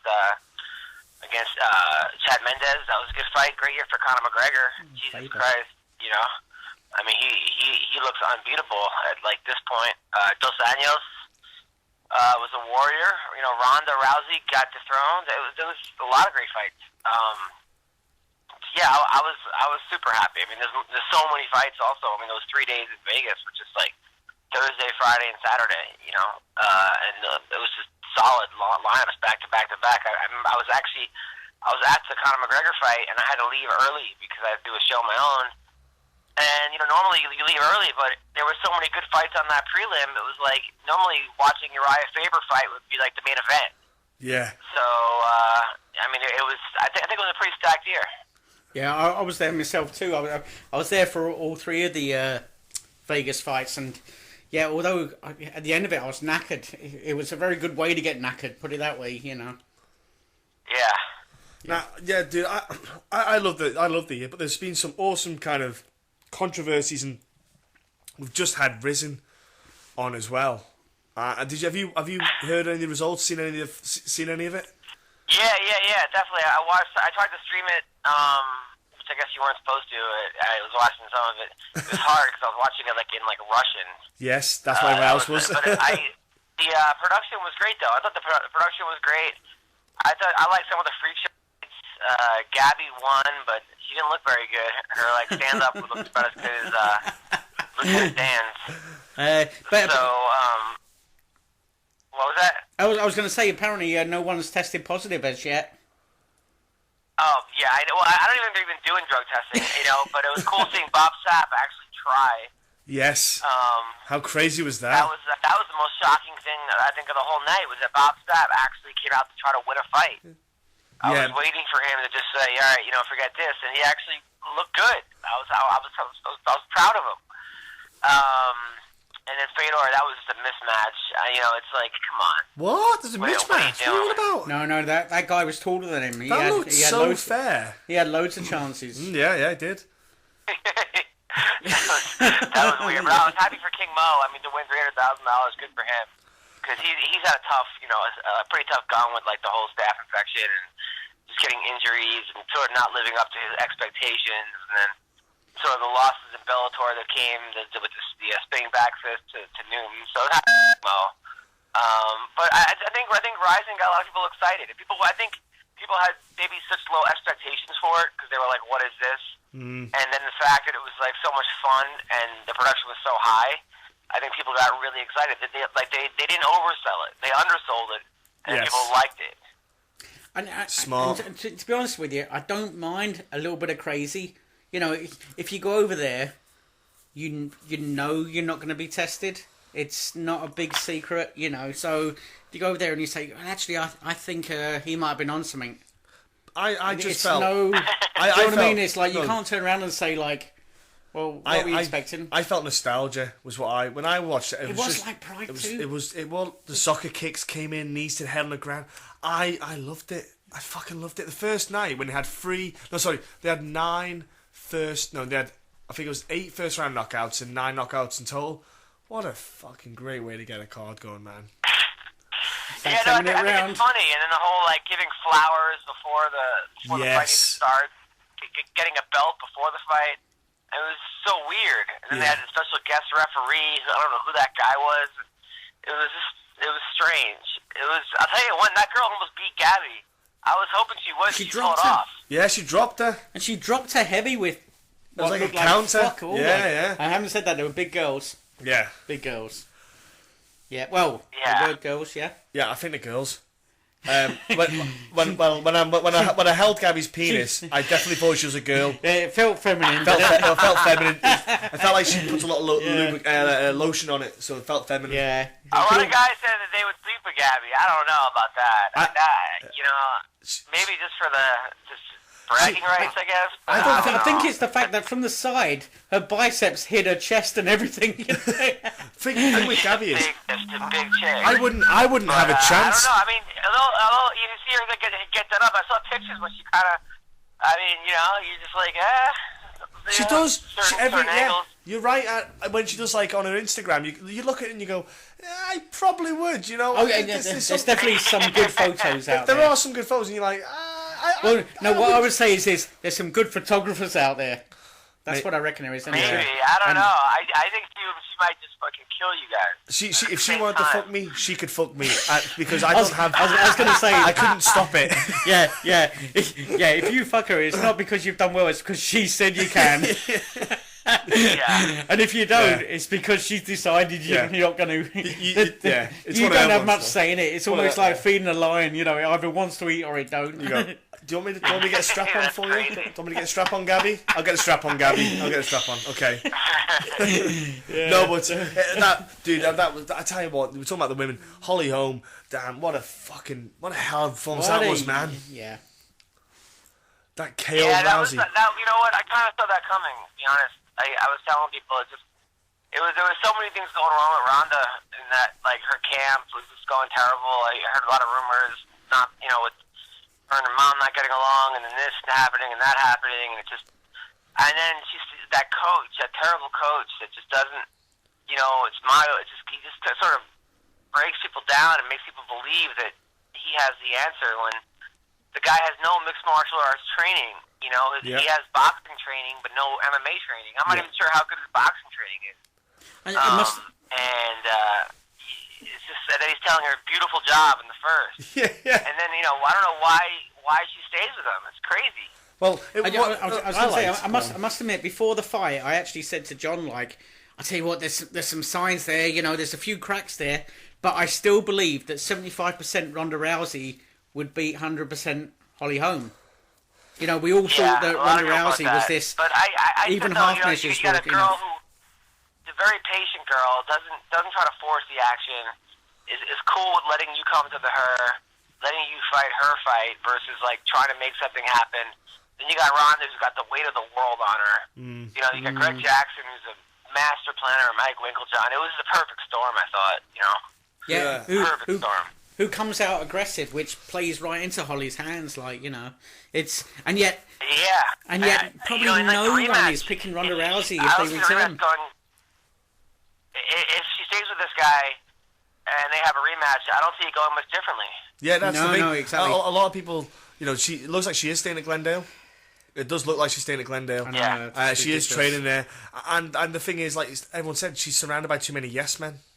And I think that's probably why she had friction with her mum, because her mum's not a yes man. Her mum does literally tell her the truth. She's brutally honest with her. And I think that's what's so beautiful about her mum, was that she said it. And I think Ronda was not, I think she just wasn't happy with it. No, and in some ways also her mom being a judoka, it's like she wants to prove she can do it on her own without judo. There's a lot of shit going on there, and it's kind of sad because I think with the right coaching, she virtually is unbeatable. Yeah. Send her to Tristar and you're laughing. Yeah, but you go to Tristar or ATT or AKA. Fuck, go to the Jungle Gym fucking next to me. I mean, anywhere but that fucking place, Yeah. And especially with Edmund having the bankruptcy issues as well, coming about just before her fight. That could have helped. Yeah, that, but also the mom telling her not to go there. But you look at who she's trained. Like Ellenberger was 0-2 with them. Yeah. Baszler 0-2. Jessamine Duke 0-2. Yeah. I mean, the only person that was winning was Ronda because she was just blasting these girls out. She finds the girl like kind of bigger and somewhat stronger. It's like she can't bully her. And Jake's left, hasn't he? Jake left a little while back. He's cut across to. I can't remember where Jake's gone to now. But yeah, I don't think it's a massively big place either. I think it's just a case of he's thought, I'm learning nothing here. So... He's basically because Jake's training with Scott Curson, who's the strength and conditioning coach for Rafael dos Anjos, isn't he? Is he good? I mean, I'm happy he's away. He says his training's never been better. So we'll see. You know, he's fighting Tarek, I think, on January 30th. So. Yeah, I'm looking forward to see how his strength and conditioning, like how he physically is, how he's performing. Because what Scott Curson does with Rafael dos Anjos, you kind of sit there and go, yes, it might not work for everyone because not every coach kind of clicks with every other coach, and I look forward to seeing how that works for Jake, really, because you know he is that guy in the welterweight division who is almost like the Michael Bisping of the middleweight division, and so he's always the bridesmaid, never the bride. He never quite gets to that title. Well, shot. with him, it's 98% mental with that dude. Like, yes, yeah. He has the ability to beat anybody, but he thinks too much. Yeah. He listens too much to his coaches. Doesn't trust his own instincts. You know. Yep. But you could probably say that about most fighters. So it's just a matter of like, but you know, Jake's the nicest guy I've ever met in my life. I loved having him as a co-host of the podcast. So I mean, I think Jake will be fine. He just needs to just trust himself. Just throw them hands. Well, I think what happens is they do what they do best to get them all the way to almost there, and then they change things, and it's frustrating. It's like, why don't you stick with what got you there? Well, with Bisping, I feel bad because Bisping, I think, is just a product of, like, in some ways, bad luck. I mean, everybody the guy's fought ends up testing positive for something. Like, everybody that's beaten him, aside from maybe like Rashad Evans and Luke Rockhold, but if you look at like Vitor Belfort, the other guys who beat him. I mean, Chael was on some stuff. Even Dan was on stuff. There was like a Vanderlei. Yeah. You know, ran away from a drug test. Oh no! Vanderlei was running to the bus. He was getting a bus. He was running for his next shot, actually. Yeah. Yeah, right.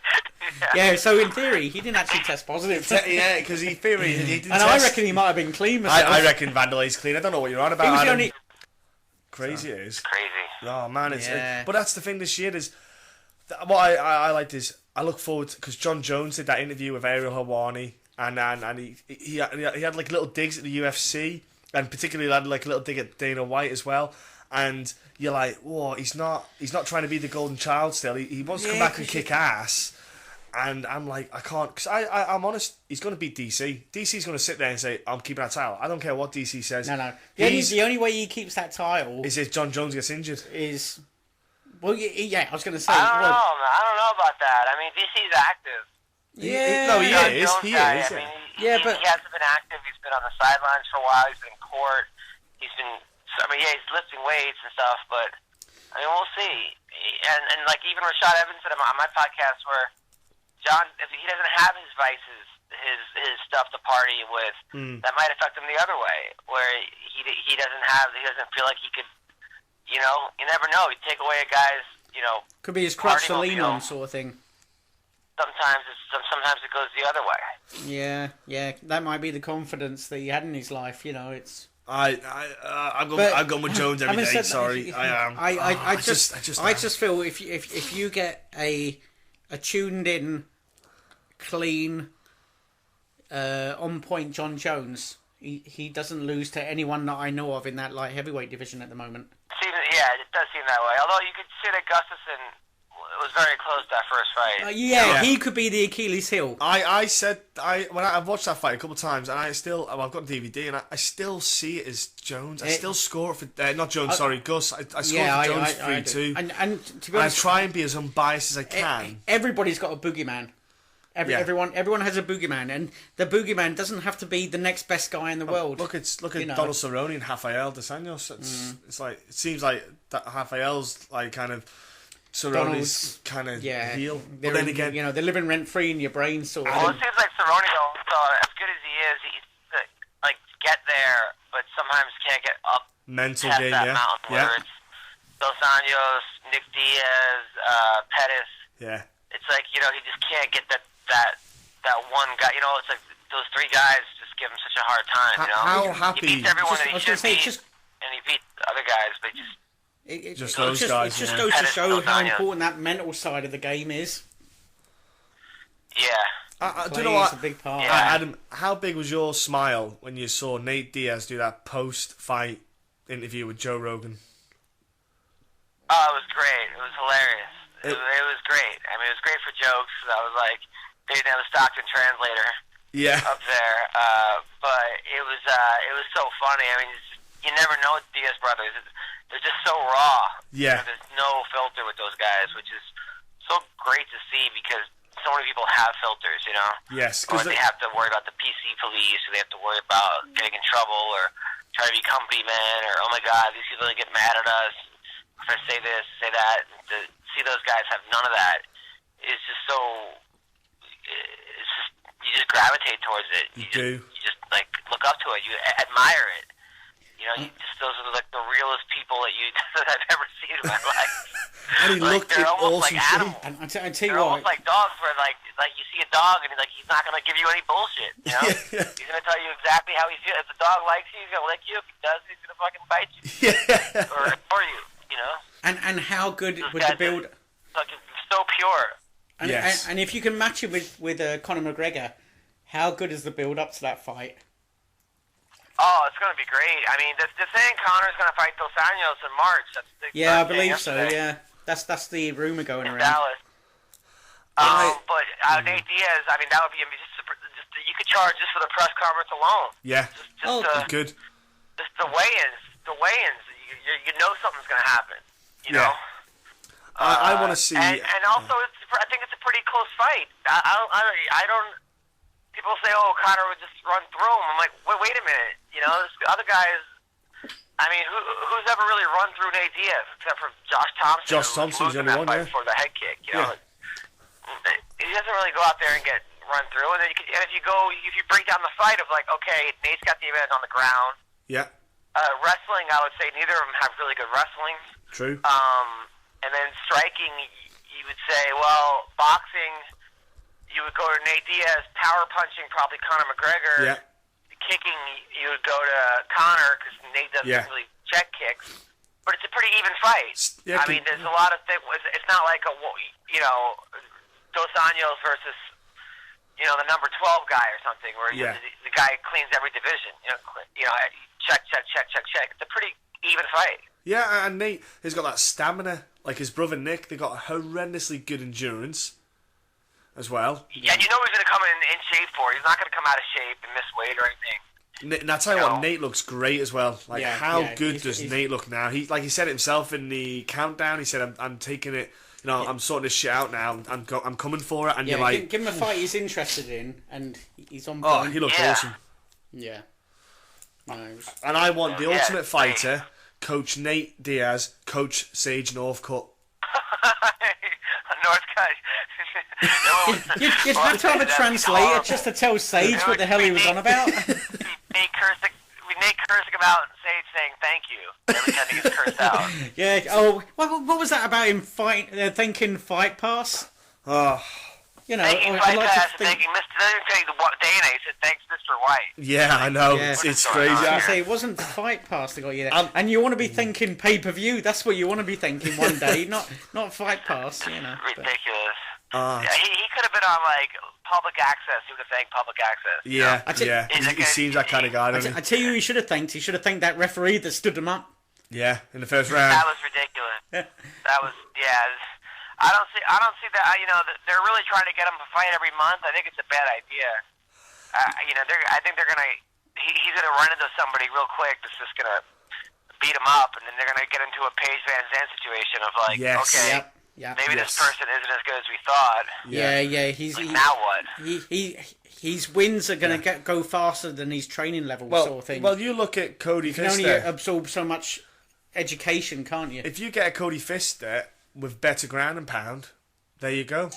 Because Cody was getting down. Yeah, and they have to really.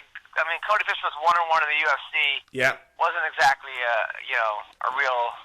Yeah, a huge threat. I mean, you a guy like Kevin Lee coming off a loss, I think beat States Northcutt. I think a lot of these guys beat States Northcutt. I mean, supposedly as a high school wrestler, his record was 16-10. which is not as a senior, which is not a very good record as a senior.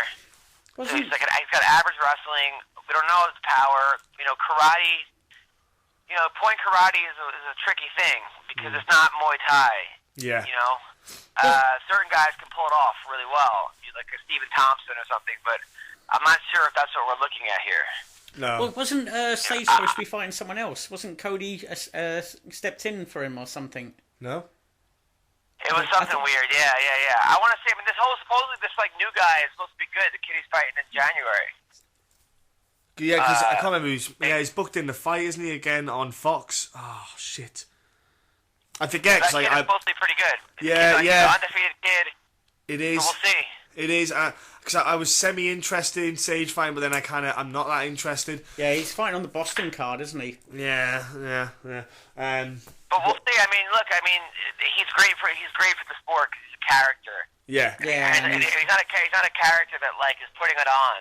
This is a real kid right here. Oh yeah. Who grew up within this weird household where he can't use the internet when he's 19 years old. That's amazing. And it's a very, very strange situation, but it's very entertaining.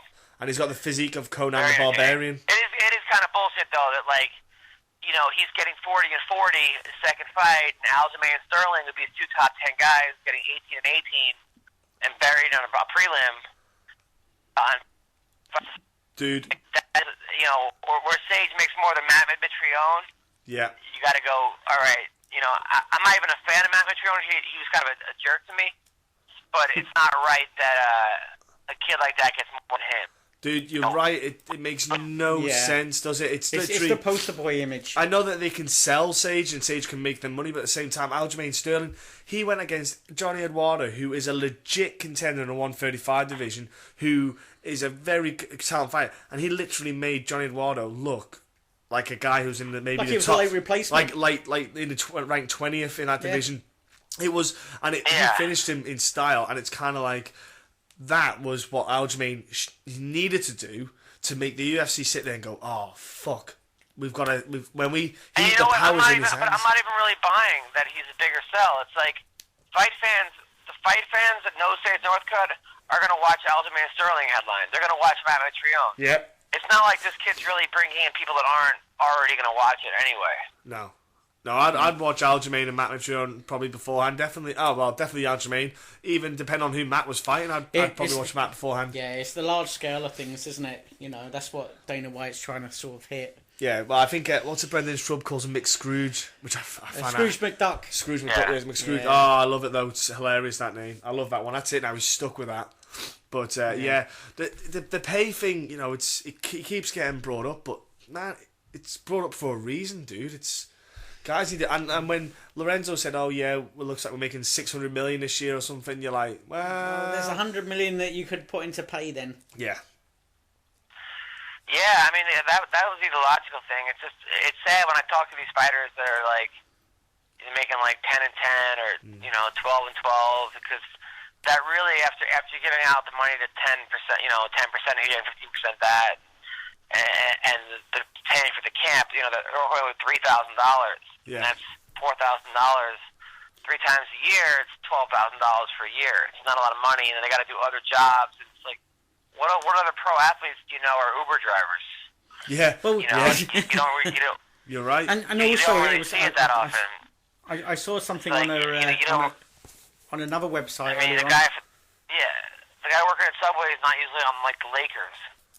So it's like it is kind of come on, guys, But anyway, I gotta get ready for my show, guys. It was great talking to you.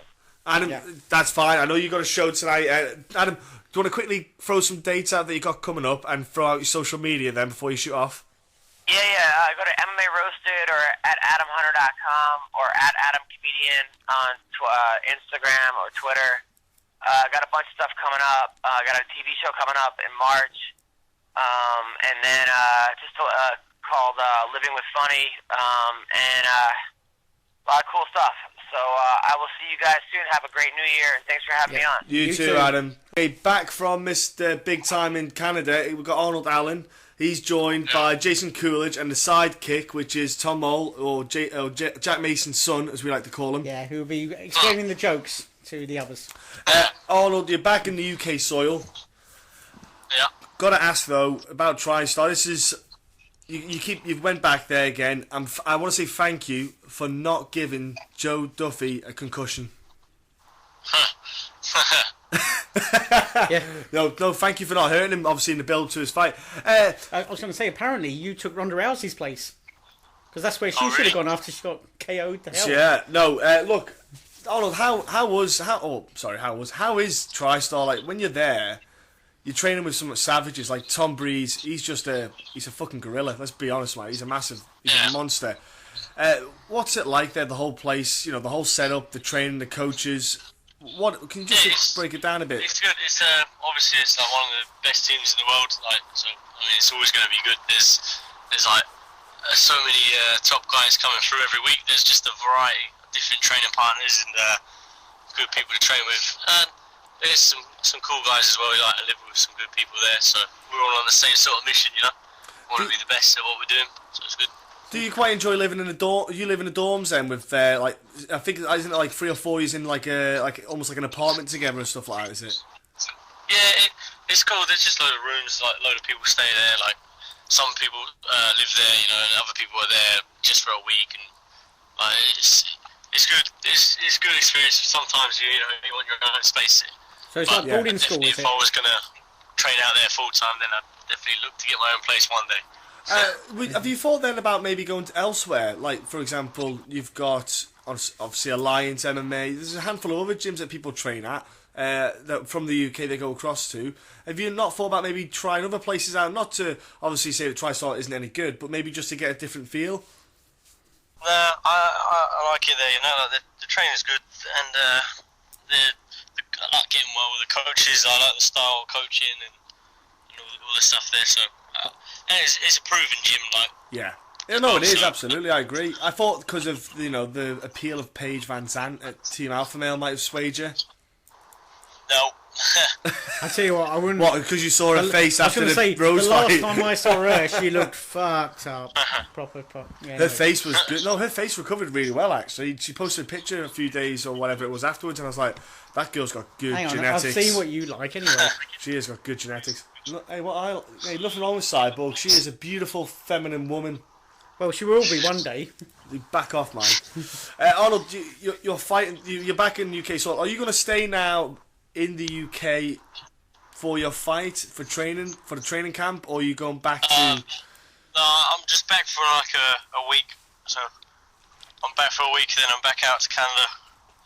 So I'm just gonna spend a little bit of time here, get some training in with the guys back here, and catch up with family and stuff. So shit like that. Yeah, no worries, man. And so you're fighting, like I say, on the UFC London card. Must be pretty cool then to fight for the UFC in the UK. Obviously, you fought in the UK before on other promotions. This is pretty much what you've been wanting, I'd imagine, fighting on UK soil for the UFC.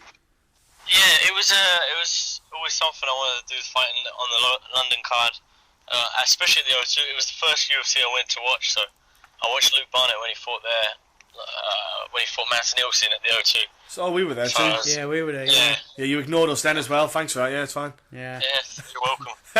No, we were ignoring them. Yeah. I don't want to put them down. It's confidence building at that age. Hang on, did you have to have an adult with you then? Because that was a couple of years ago. Yeah, I had a few adults there. It was alright, and it wasn't my parents, but there was a couple of appropriate adults there. Really? So your fight that you got coming up against is here we go. Yoatsin Meza. We'll just leave another local lad. That's what I'm sticking to with that. The thing is, it's going to be this kind of fight you've got with him. He's the kind of guy that reminds me in a sense of he's going to be like Marcin in a way where he's going to be. You're going to have 3 rounds and you're going to get a bit of a workout. He's going to be quite a grinder. Yeah. I imagine obviously you've already started planning for him. Yeah, I kind of thought that myself. He's like he keeps working. He's a tough fighter. He's a tough guy. He's he grinds out wins and stuff. Yeah. So, yeah, definitely going to be a tough fight. But I haven't gone through that sort of style before. Then I'll be better prepared for it this time. Well, I was going to say you've got Fedors, who's not too bad with the game planning and the mindset and stuff like that. He's not too bad at breaking down people's style.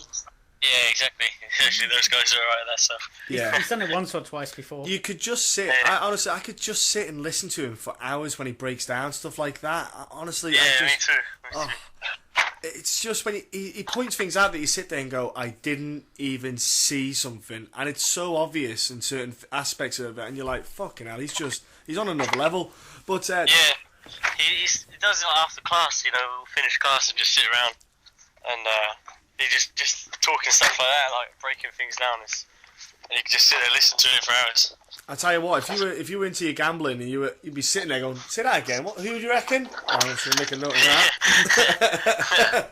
Yeah, he's good. He's brilliant coach. So one of the best coach I've worked under for sure. He's like the way he breaks things down, like a technique or something, just makes everything seem so simple. It's alright. We won't tell Jack Mason you said that. It's fine. Don't worry about it. It's a pleasant change, is it? No, I was going to say it must be good being back at BKK, and I suppose a lot of the other people there, when you see the younger fighters and stuff, even your buddy Tom, you know, they can just they'll be like acting like sponges, I'd imagine, around you, getting any new info that you've got or any new techniques that you've learned. Not really. They're just trying to get one up on me to prove a point. Yeah, so. yeah. Oh, yeah. I would probably be wanting to do the same. Yeah. Trying to sort of straighten their ego out, you know. Yeah, I can imagine him wanting to do that, Alan. Yeah, just see, I beat the UFC boy. 50 G's down on his arse. But Arnold, speaking about Marson before, did you see his performance at the UFC finale? You know, when now he's obviously, I don't know if he's going to get signed up, etc. I don't know what the sketch is with that, but we paying any attention to that? What did I watch? Yeah, I watched the fight. I like Marcin. I would get on with Marcin. So I watched the fight. I'm not so sure. To me, I think it was a tough fight, wasn't it? Yeah. Well, you know what? Even Artem's fight just did not go the way he wanted it. Obviously, to either. It just went very wrong. It went south. Yeah. Just I think maybe too small for the fight at lightweight as well. Maybe. Yeah, I think. Yeah, he is a 145. Obviously for the tough thing, but yeah. And I think he looked a lot smaller actually. You know, when it came to it. It did. But the year's just gone, 2015. Not a bad year for yourself, though, was it? Yeah, it was alright. Only one fight, but so it was good and a good step up. So now I'm where I want to be. So hopefully start getting to work properly in 2016. Be more active, stay injury free, and keep the wins going. If you were injury free, do you have a rough amount of fights that you'd like to have in a year? Are you want to be like a Donald Cerrone kind of thing, or are you just someone who would like to do 3 or 4? I usually always I've liked the thought of fighting 4 times a year. Yeah. Like breaks it down into quarters and whatnot. But you're quite I think being realistic, I'm probably looking at like 3 like if I'm healthy, you know. Yeah. Well, that's the thing. If you go in and start your guy in the first round, you've got more chance of getting more turnover, haven't you? Then again, if you do 3 fights this year and all of them are 3 rounders, it takes a bit of a toll, I imagine. Yeah, I'm a big believer that you don't improve like when you fight. Like you improve, but I don't feel like you make as much improvements when you're just sort of enjoying your training and working.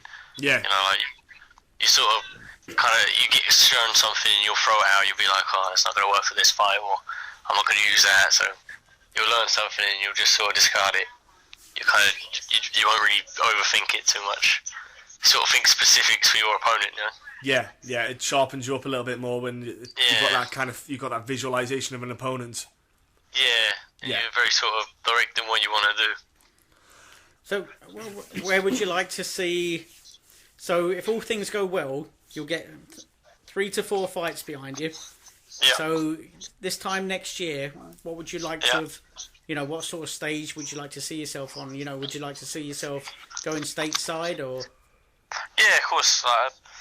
Especially the fight in Vegas. That's like the fight capital of the world, isn't it? So, like one day to get a fight in there would be nice on a big card. Get on one of those numbered cards as well. Yeah, get a pay-per-view. Yeah, get on the pay-per-view cards. Well, last thing you got Joe Duffy's on. But you know you got to be 21 out there to do a lot of things, though. Yeah, I'm sure I can fix an idea, borrow my brothers or something. See what I can do. Yeah, but you might have to take your parents and stuff like that, just to sort of like, you know, get on the plane. Otherwise, you'll have to sit with the air stewardess or something. Mike, some of them are hot. Some of them are blokes. Yeah, really? but is that the ones you were talking about? That's the ones I want. That's the one I'm on about, Mike. But Yeah. Arnold.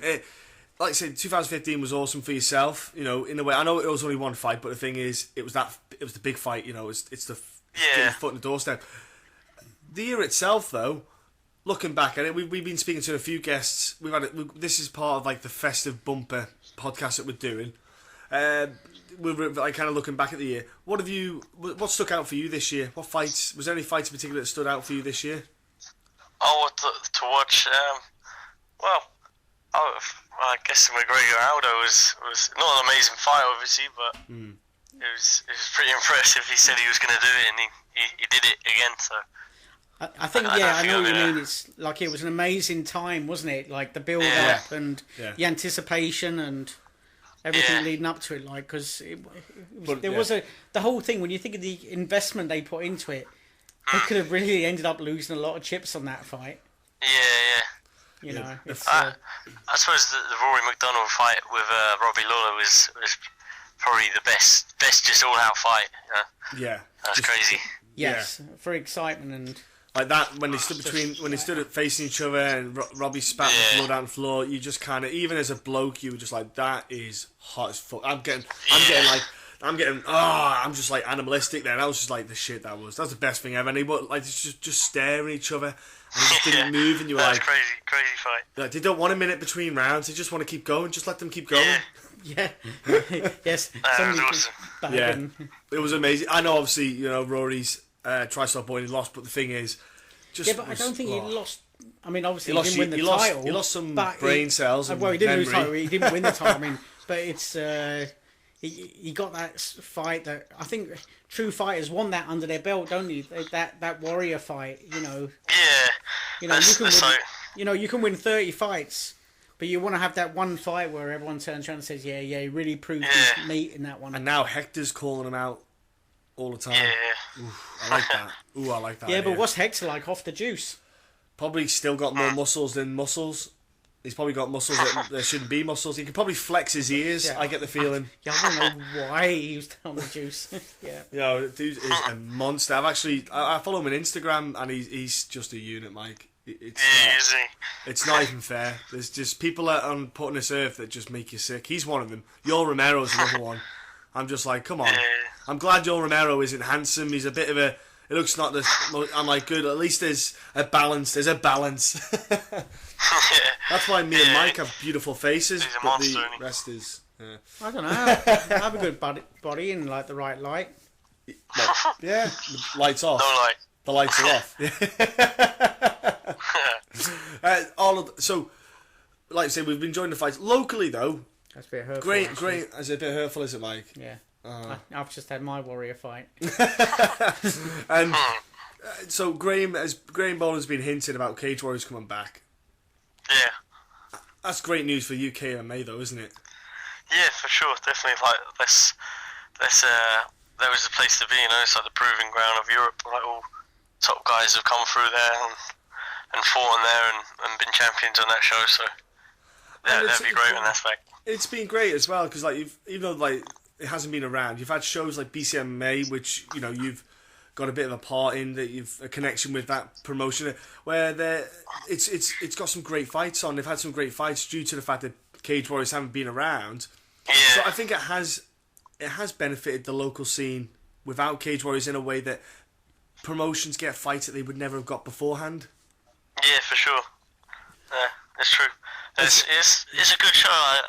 I do enjoy the matches on there. They're all fair, you know. Like even like the local fighters from the local gym, they'll get tough fights. Yeah, definitely. And not necessarily favourable ones either. So that's good. I'm looking forward to them coming back because I'd love to see if they get and if they can sign Demir Hadzovic back on that promotion, because I tell you what, he was one hell of a talented fighter. Him, like it's. Yeah. I miss seeing him. I think he should be in the UFC, mate. Yeah, I don't know what's going on there. I don't know. Maybe another fight or whatnot. But yeah, he's exciting as well when he finishes people. So. What I keep hearing is that the UFC is still looking to cut a few names and not sign anyone as yet. Yeah. Well, like, leave Arnold. Like, don't put Arnold under pressure now. No pressure, Arnold. But, you know, we're two gum shields that night. Yeah. Yeah, and don't forget your little man's No, but listen, codpiece. With Cage Warriors going back, I think, is there any names then? Look, you got that kind of inside knowledge at BKK. Any guys that people should be keeping an eye out for? Nah, they're all rubbish down there. Down at BKK. Anyone up north? Anyway, no, that's why I left. Really, it's not because I wanted to go to the best gym in the world. I just thought, you know what, these guys are rubbish. You couldn't get good sparring, could you? Yeah. Just annihilate them all by lunchtime. Yeah.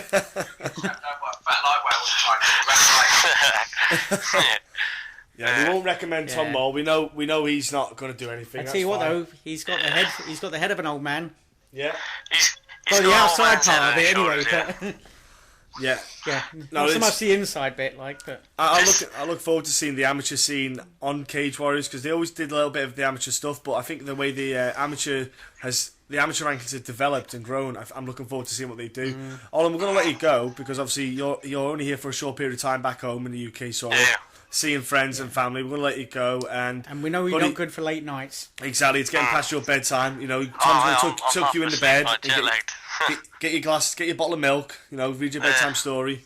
Little hugs and kiss. Yeah, little hug and kiss goodnight. But before you go, mate, let people know what your social media is so they can jump on and send you abuse. I mean, send you thanks and praise and all that stuff. Cockpit. It's Arnold BFA on everything. Follow my ass.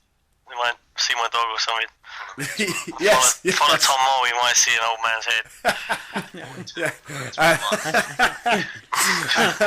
Now, honestly, do you want to give it? I would say you want to thank your sponsors, but of course we know it's Reebok.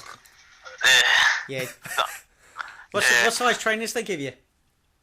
What size? Yeah. Oh, I'm a 9. I'm a UK 9, so Really? they sent me some 9s. Like, Well, I'm lucky UK 9. No, you're not. Yeah? You said you were 10. Well, 9/10, yeah. Oh, right, okay. I can fit into 9 if they're free. They come sandals then, Yeah. open-toed trainers. With socks. Look, thanks for coming on, man. Look, have an awesome time back home in the UK with the boys and the girls and everyone, your family. And also, look, TriStar. The thing is, I look forward to seeing what you do in London, because you're in great hands with TriStar, man. It's I was a going to great say, place. is there anybody who wants to thank? And it would be TriStar, wouldn't it? For getting where he's got. Yeah, all the guys there. Yeah. But honestly, Arnold, thanks very much for coming on, mate. Thanks. No, thank you. Okay, we're going to start with introducing... should we introduce him, or should we just give a breakdown of how we got... Okay, we've got a man on with us now who is a 10... Is it 10? I'm going to get this wrong now, probably. 10-time world Muay Thai champion, John Wayne Parr. I will just say that much, because you're more than that, sir. You're obviously a father, you're a husband, and you have...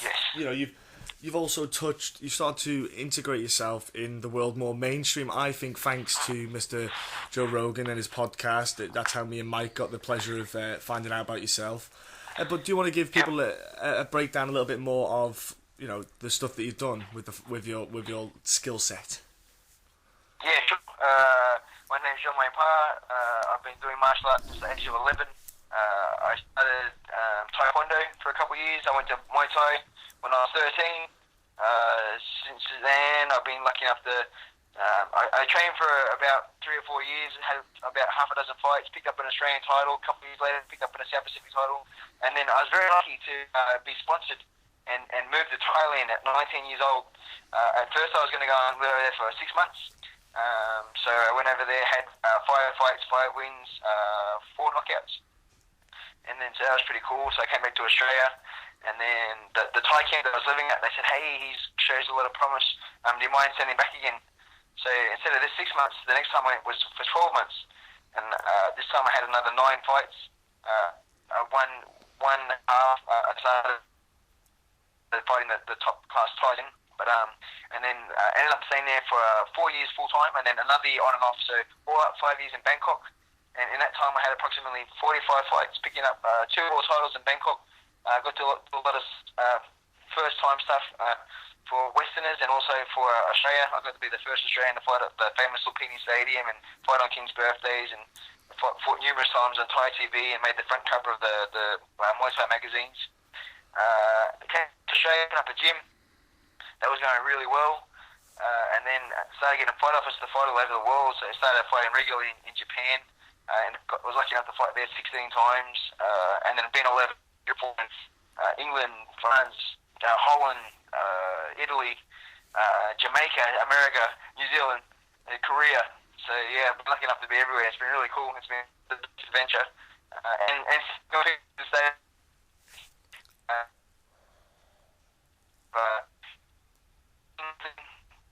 And beating people up. It's a good career. You've not had a bad career. It's not going too bad, and you're still going. That's the thing as well. It seems to pretty much bought you an airline ticket just about everywhere. Very, very lucky. One of the main things in my career is to see the world for free. And so far, I've like that free pass. And I wanted to travel to, if not through fighting, through seminars. So it's been, I was 19 years old. It's very daunting to tell your parents that you're going to go to Thailand for 6 months and this is going to be my new career path. They sort of look down at you and frown and think it's just going to be a little bit of a fun way where you go and play fighting.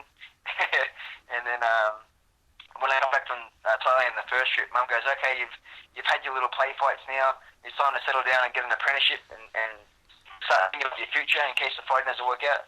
So, Mum, I'm really good. I think I can go a long way in this sport. You got to believe in me.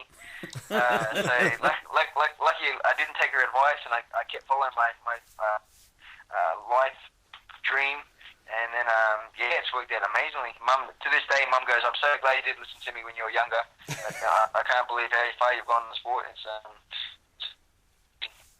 And for people at home, they can also watch I watched the documentary Blessed with Venom, which kind of, you described obviously what you've done, and that documentary kind of dictates what you did, and it goes into depth about some of the fights that you had, the kind of poignant fights with like Yo Sinclair, the trilogy, so to speak, and I loved it. I really enjoyed watching it. Getting to see you going back as well to where you started, and your face as well, talking about it.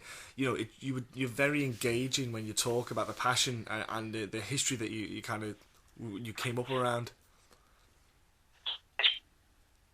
I was lucky enough to be in the gym, and then a friend of mine who had his son training with us at the time, we were talking about Thailand and some of the adventures that I had, and he said, hey, I know some pretty influential people. Do you want me to hit them up and see if we can get this thing on film? So, oh man, that'd be awesome. So they had a bit of me and said, yeah, let's do it. So we bought 4 or 5 plane tickets, and we all left for Thailand for 10 days, and then we had no script, no sort of idea what we were doing. We arrived at the hotel. The next morning we woke up for breakfast, and then the main producers said, can you write down all the names and all the places that we should go and all the people you think we should interview? So I put pen to paper, and I said, well, I think these people will be pretty interesting.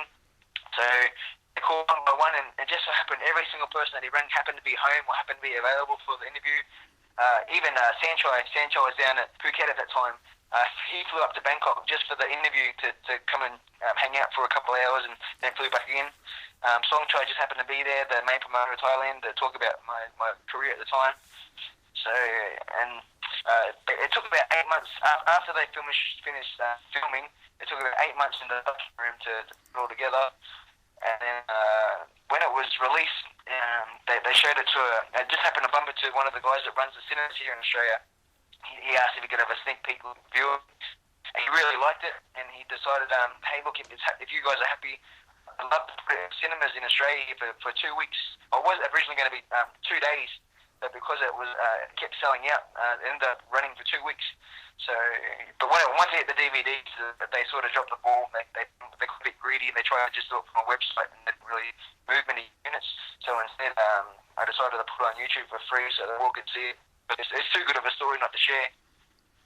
It is, and do you know what? We'll post it on our Facebook page as well for ladies and gentlemen that haven't seen it yet. It's like you say, it just was quite interesting to see, obviously, how you trained, where you trained, the fact that you weren't at what they have these days is, like I like to call these super gyms that some places have.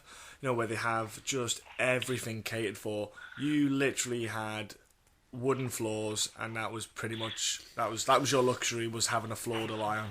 Yeah. Yeah, there's a completely different back then too. The Muay Thai scene in the 90s is not what it is now. Back then, it was none of the camps wanted a foreigner in their camp because they didn't want to teach the Westerners the secrets of the proper Muay Thai.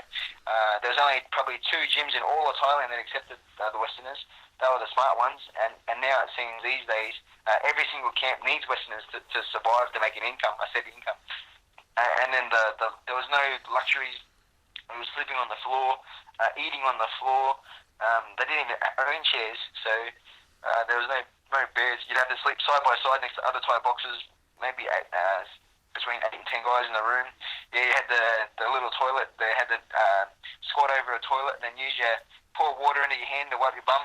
So it's very, very caveman era, but at the same time, it made you hungry, it made you strong, it made you almost primal. So when it comes time to fight, you were just so raw and so ready to try and strive to achieve, because every time you fought, your prize money increased, even if it was only by a few thousand baht. And then every time you fought, I started off at 1,000 baht, which is approximately $50. Then my next fight, I went to 2,000, and then I was lucky enough to be picked up by Songchai, so my prize money went to 10,000 baht, then 20s and 30s and 70s. And then I was very lucky for my last time I fought in Thailand. I fought in an 8-man tournament where I had to fight 3 different guys in a period of 2 hours.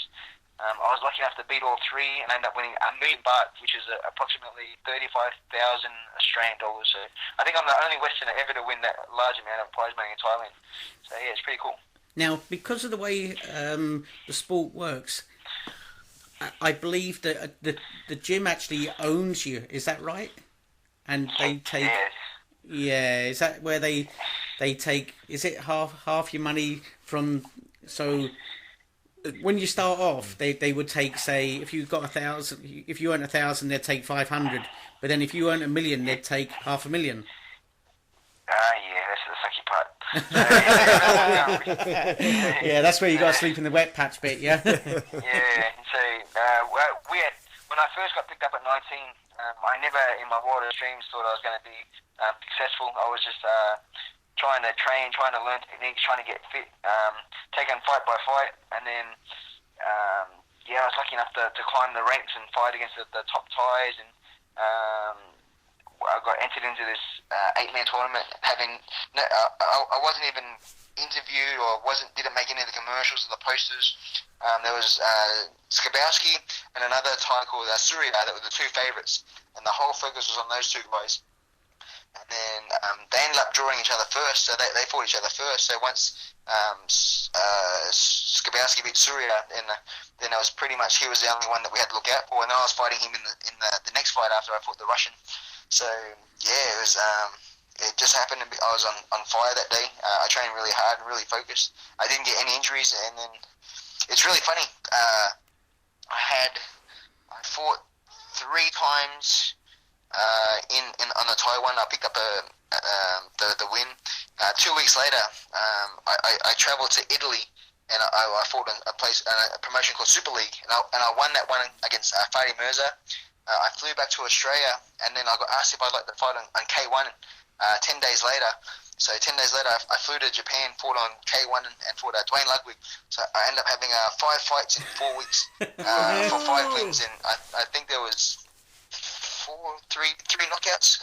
So yeah, it was amazing. It was the best trip ever. Oh, I bet your body thanked you. Yeah, I was going to say. Yeah, so 5 fights in 3 countries. It was mad. God, that's some sort of tour. That is some hell of a tour, man. And you mentioned, like you said, Dwayne Ludwig, who is a very, very good technical striker and a very good. He's a very good coach now. He's evolved into this kind of sought after coach, and that brings me on to you in Australia. You set yourself up in Australia. You're your own coach, and you are now teaching the ways of the next generation, so to speak. But you're also teaching your little one who can beat your ass. It seems I've seen on Instagram. Yeah. So got back to Australia in end of '99, and then it was pretty much. I'd been there in Thailand for 4 years. I was timed to moved back home, trying to be a Westerner again, trying to be a Falang again. So I needed somewhere to train. So with the help of my sponsors, we opened a gym. So then I had to learn how to teach classes, and I just had to guess what to do for the first few months until I made a system. I had to guess prices, guess what to teach. I got my pads. I got my friends to hold pads for me. I had to teach them how to hold pads, and then it's been that way ever since. I teach. I not only train myself and make my own game plans and tell my friends how I want the pads held for me, but I also have to look after another 20 fighters underneath me that I also manage and teach and train, and then I also have to teach the beginner classes and all the PTs, and then we also have our promotions on top of that as well. So we have little amateur shows plus our CMT promotions where we fight in the cage now. So it gets very. Plus, I'm trying to raise a family as well, so it gets it's crazy. Well, it's great that you got the balance where you've integrated your family into. Obviously, your partner as well she can kick your ass as well, so it kind of helps. Yeah. She wishes she could my ass. What I want to know is she has the power of not feeding me, so that's where she wins. what I want to know is it a posh gym? I mean, do you have toilet roll in the toilet, or do you still have to put the water in the hand? Yeah, I've been being back in Australia. I've been Westernised again. I got soft. In Thailand, it was because when we had the shower, we'd pour the water in ourselves. We'd have to lather up with the soap. We'd pour the water, but give ourselves a rinse off. And it was never hot water. Never had any hot water unless I went on holidays to Pattaya or somewhere get a hotel. But majority of the time, it was. It was crazy. And then what you have for dinner is what you have for breakfast. Thai food is Thai food. There's no toast. There's no cornflakes. There's no wheat bix. It's just it's so hard. It's such a different world. But at the same time, everything's fresh, and there's not much sugar. So all the produce and all the fresh fish and fresh vegetables. So you feel healthy because you're eating properly.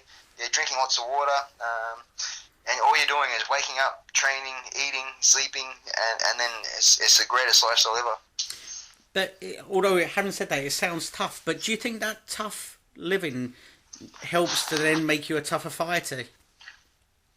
Definitely, yes. Yeah, that's right.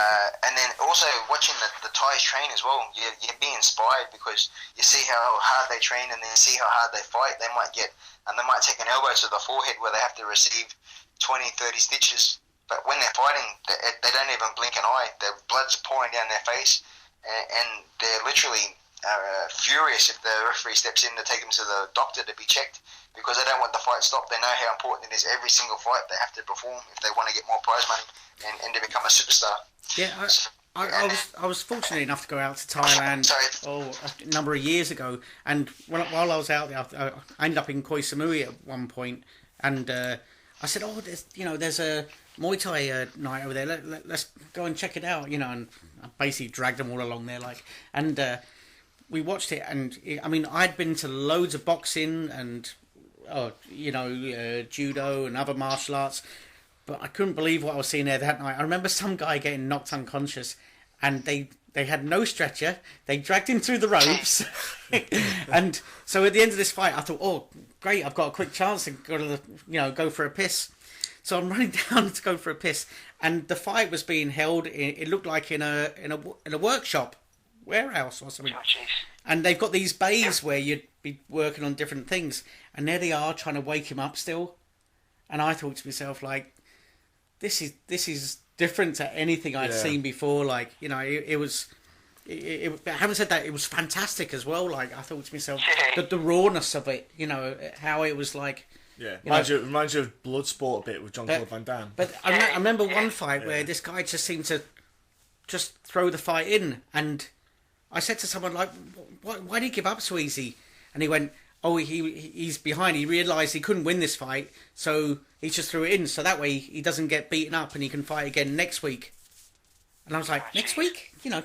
Christ, it's mad. But, they said you literally, you don't want to get cut or anything like that so that you can keep fighting sort of every week or 10 days or whatever it is. It's... But, no, I loved it. It's... The islands are a little bit different to Bangkok too. So everyone aspires to one day reach Bangkok, because Bangkok's your elite level. Once you reach the Bangkok, then you've made it, sort of thing. So the fight at Roger Lumdurn Stadium and the fight on Thai TV, that's when you become sort of superstar status, and that's when your prize money jumps up considerable. And then but the little fight shows down in the islands and stuff, you have to be very wary, because a lot of foreigners go over there. And the Thais are indestructible majority of the time. But for some reason, when they fight on the islands, the Westerner might land a body shot in the first round, and you see the Thai lay down, and the referee's counting, and the Thai just lays there dead as if he's being hit by a shotgun. So what's going on? Why isn't this? And then you realise it's all business. It's all about money. It's all about treating the Westerners so they feel like they're the stars. Yes. And then the Thais talk to them later, hey, look, you look so good against your fight. You should stay here longer. You got potential to be a superstar. You can be a champion. Give us an extra 5,000 baht and we'll extend your stay for another 2 months. It's just all. And then they do it every week. It sucks, because when I was there, it was you dishonoured the country, you dishonoured the sport, you dishonoured the king if the Thai lost against the Westerner. It was and you'd get heckled. The Thais would. For me, it was okay because I was winning, but the Thais couldn't face other Thais again. They just be called swear words, and it was you don't want to lose the Westerner back. But now it's just normal. I remember the card that I went to. There was actually a tournament for the right to fight in Bangkok. Okay, yep. Yeah. If you want it, but it was, it was. I don't know. It was like the rawest sort of gloved striking that I'd ever seen. Like ever, sort of. It was. What I love about it is, like you said before about the clean eating and it looks after, because like we have sugar. Basically, we in the Western world have sugar, and that's why you find that the West, you don't see a Muay Thai kind of guy who's 260 pounds. They're all like these, like 155 down. They're just all like super lightweight, or a kilo, sorry, that you go from like it's literally like early 60s, I think it is, down. Is like it's the kind of and it's because they're just eating clean. They just don't get these giants walking around that do it, and I think. But if we could eat clean, I think you'd find a bit better, sharper athletes in some of the guys in striking as well. Like, we're all human at the end of the day. And you post on Instagram, you look like Mr. Roy Nelson. Don't worry about it. We all feel that way right now. Yeah. What happens in Thailand? They have a utility that's full of food, full of fresh fish, meat, vegetables. And then that comes past your house every day. So instead of going to the shops and doing a week worth of shopping and putting in your fridge, you just buy what you need for today, and then tomorrow the truck will come past again, and then you buy your handful of meat, or your handful of pork, or your handful of prawns. It's so convenient, so it makes it a lot easier. And then there isn't a factory shopping centre where you buy your tin meat and your tin baked beans and your tin cans of sugar, like you said. So there's no other option but to eat healthy over there, which and you don't notice it at the time. Until you get back to the Western world, then you feel like, why do I feel like shit all the time? And then you're poisoning your body by what you put in your mouth.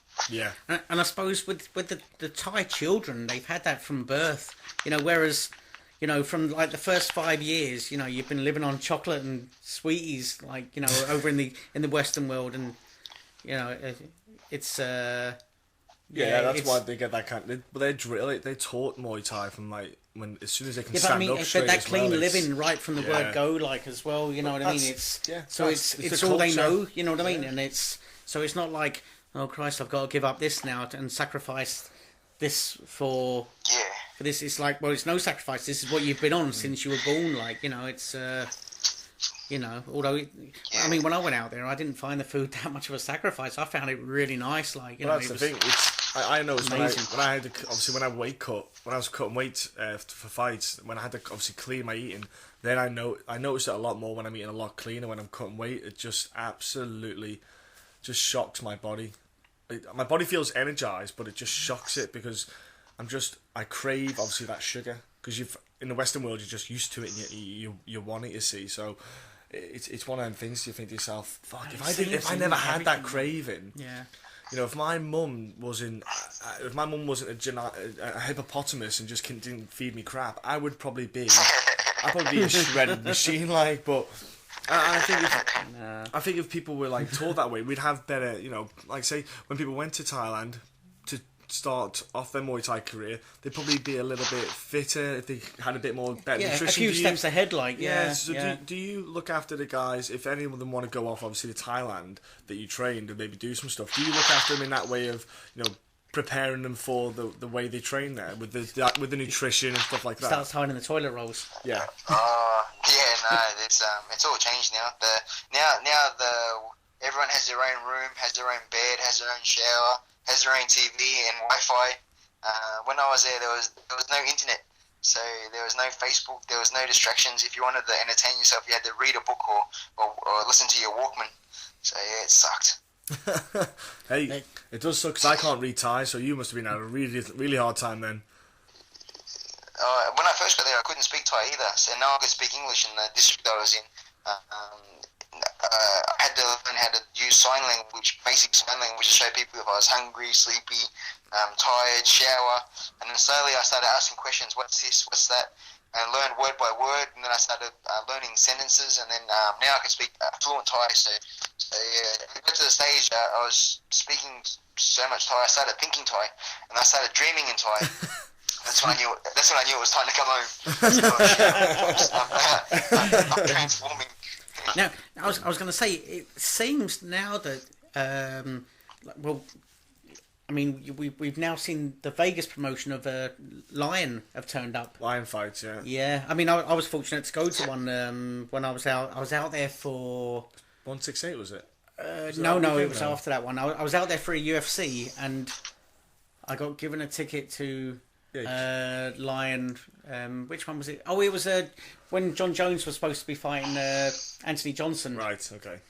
I think that was about June, something like that, June or July, and it was amazing. And I couldn't believe I got to talk to some of the fighters as well, and everyone was like dead friendly. There was no.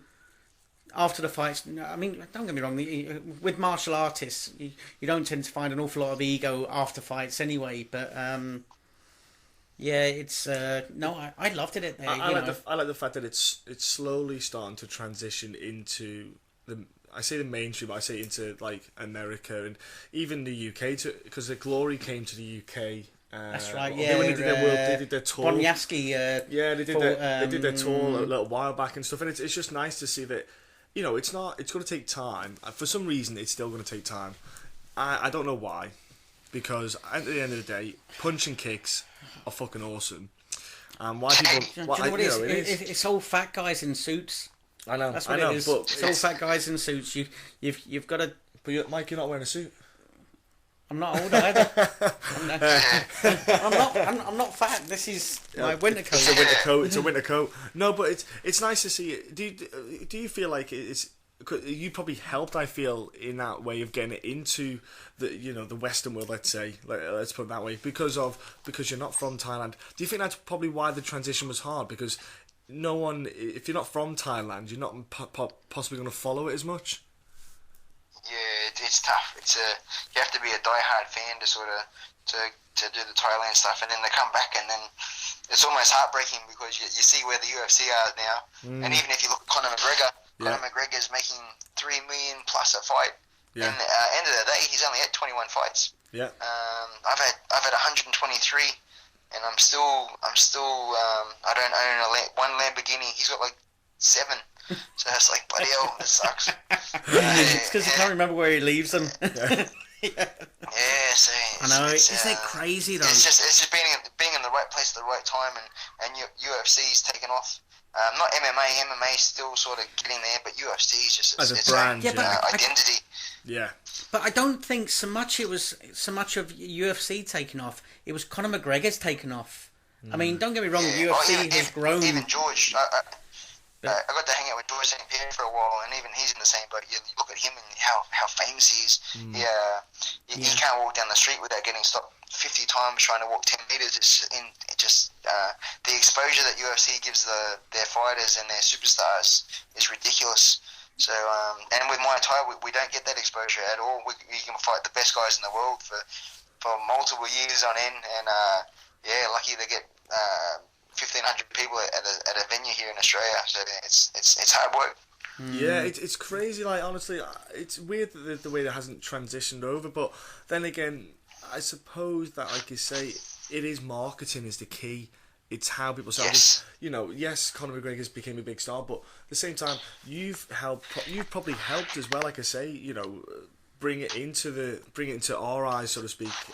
You know, I say like the Western world. But then again, with the UFC, we needed some of those original guys to step in there, like your Tank Abbott's and stuff, to fight to get to where Conor is. So you kind of need founding fathers, I like to call them, the guys who go out there first, and they're not going to get the 7 Lamborghinis to start with, but eventually there is going to be someone like that. You could say that with any sport, really, to begin with. What we'd like to talk about as well is it's your transition from competing in Thailand, and like I said, you've now got the coaching, you've got the gym yourself, you're still competing, but also you've moved from basically using a ring to a cage, which I found interesting with your own, you know, doing your own promotion and stuff. Why did you do that? What was it? Because it seems like you'd love to do an MMA bout, but you just obviously you've got the Muay Thai skills, so it's like feels like it's the closest you're going to do. Yes, exactly.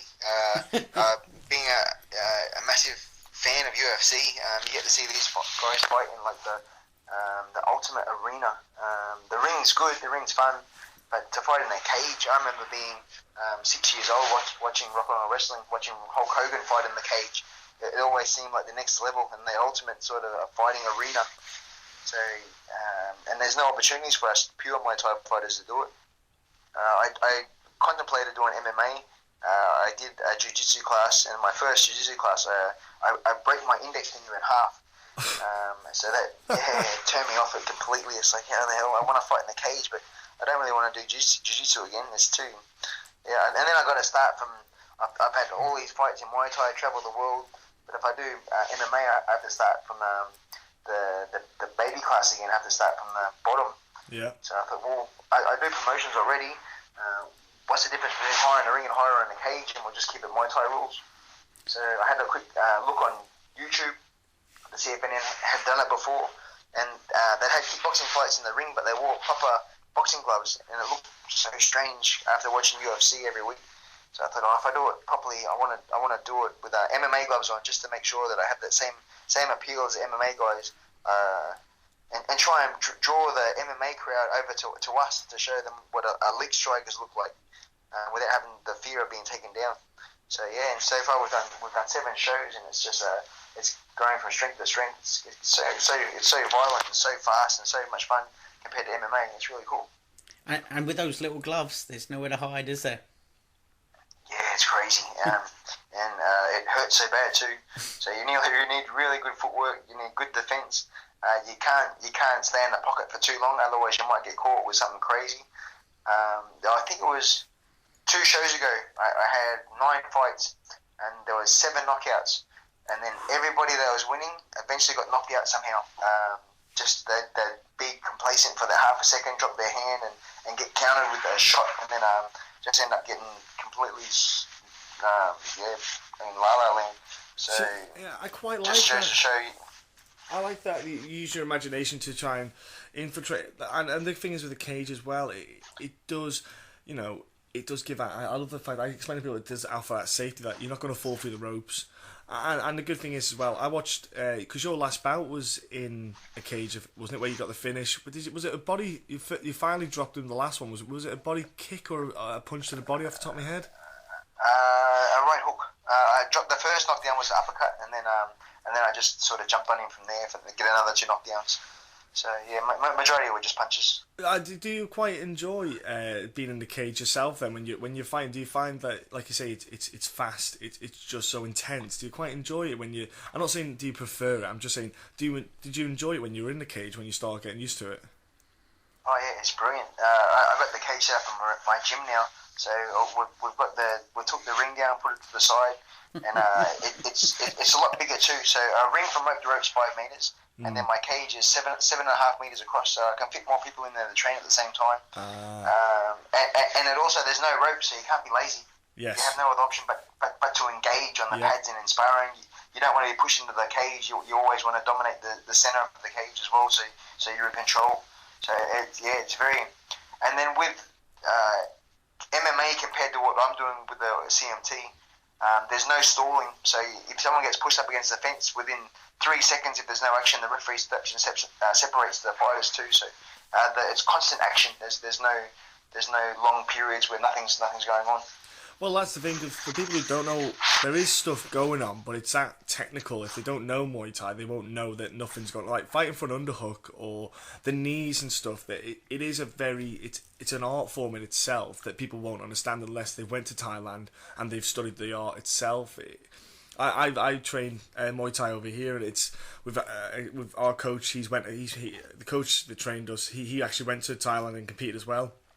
And his missus went over as well, and she won a title, and he hasn't. So we keep saying she'll kick his ass. Keep on coming for it. But and again, the clinch games, it's just completely. It's like a new art. It's like a new martial art in itself. Yeah, it's so hard. If you get a good Thai that knows how to throw knees hard too, and then the worst part is if you're say 80 kilos and you don't know what you're doing, and you go to Thailand and you get some young 50-kilo kid. And you almost feel sorry for him, and then the round starts, and then next minute you're on the ground every 15 seconds, just being totally dominated by some young guy. It's very humiliating. Yeah, it is. My neck's a mess when he's finished with me, and he's tiny as well. Humbling. Yeah. It is. His coach is tiny, and I'm just like I can't handle this. I can't handle how he just manhandles me, but. You got to learn the game, but what I like is the fact that you've got the passion in MMA, the passion with the UFC that you've got, and it, like I said to you, you dealt with George St. Pierre in a manner of you helped with a bit of sparring technique and stuff like that. And have you found that, like, I know you spoke about it before, but have you not found like maybe Jake Matthews, I know trains in Australia, has he maybe contacted you? Has there been any other UFC fighters within Australia that have maybe tried to come down and just maybe do some sparring with you and stuff? I have Dylan Andrews. He's popped down to the gym a few times. He's not with the UFC anymore, but he's still striving to get back in there. Yeah. Who else? I've had. It's funny. The Australian guy is not really hitting that much. But Ross Pearson's. I've done a little work with Ross Pearson when he's been in Australia. Nice. I've done some stuff with Brandon Vera. He actually flew me down to Sydney for a weekend just to train him personally, which was really cool. And then when Jake Shields came to Australia as well, he hit me up for a private lesson. So, yeah. I imagine he wasn't the one that did your finger, was he? Yeah. I can imagine Brendan Vera kicks like a mule. Yeah, he's a beast. He just won the ONE FC World title. So, he just won. He's looking vicious. He's looking good back up at heavyweight. He's at that. I think he's one of those ones that feels comfortable at heavyweight, even though he's probably more a light heavy. He's funny, isn't that? He's in that middle gap, isn't he? Where they need he needs a 235 class. They need another weight class for him, and he would have been probably a champion a long time ago in the UFC if they had that middle gap. Yeah. But yes, yep. You've probably heard the rumblings of the new weight class idea and the hydration, the weight cutting kind of summit that they had. Yes. What's your take on it then with MMA? Because obviously guys cut way too much weight and this stuff. What's your take on it? Yeah, I think it's going to be hard. I myself, I like getting the IVs after a big weight cut. It just helps you replenish faster. But at the same time, it makes sense. You don't want people having to cut dramatic amounts. But at the same time, you don't want to be a little guy when it's time to fight. You want to be the big guy that loses a lot of weight and the bell rings. You want to be the big guy. You don't want to be the little guy. It's very important because you to have any little advantage, whether it be a couple of kilos. So, and then with ONE FC too, I think they announced last week that they want to have nobody losing weight.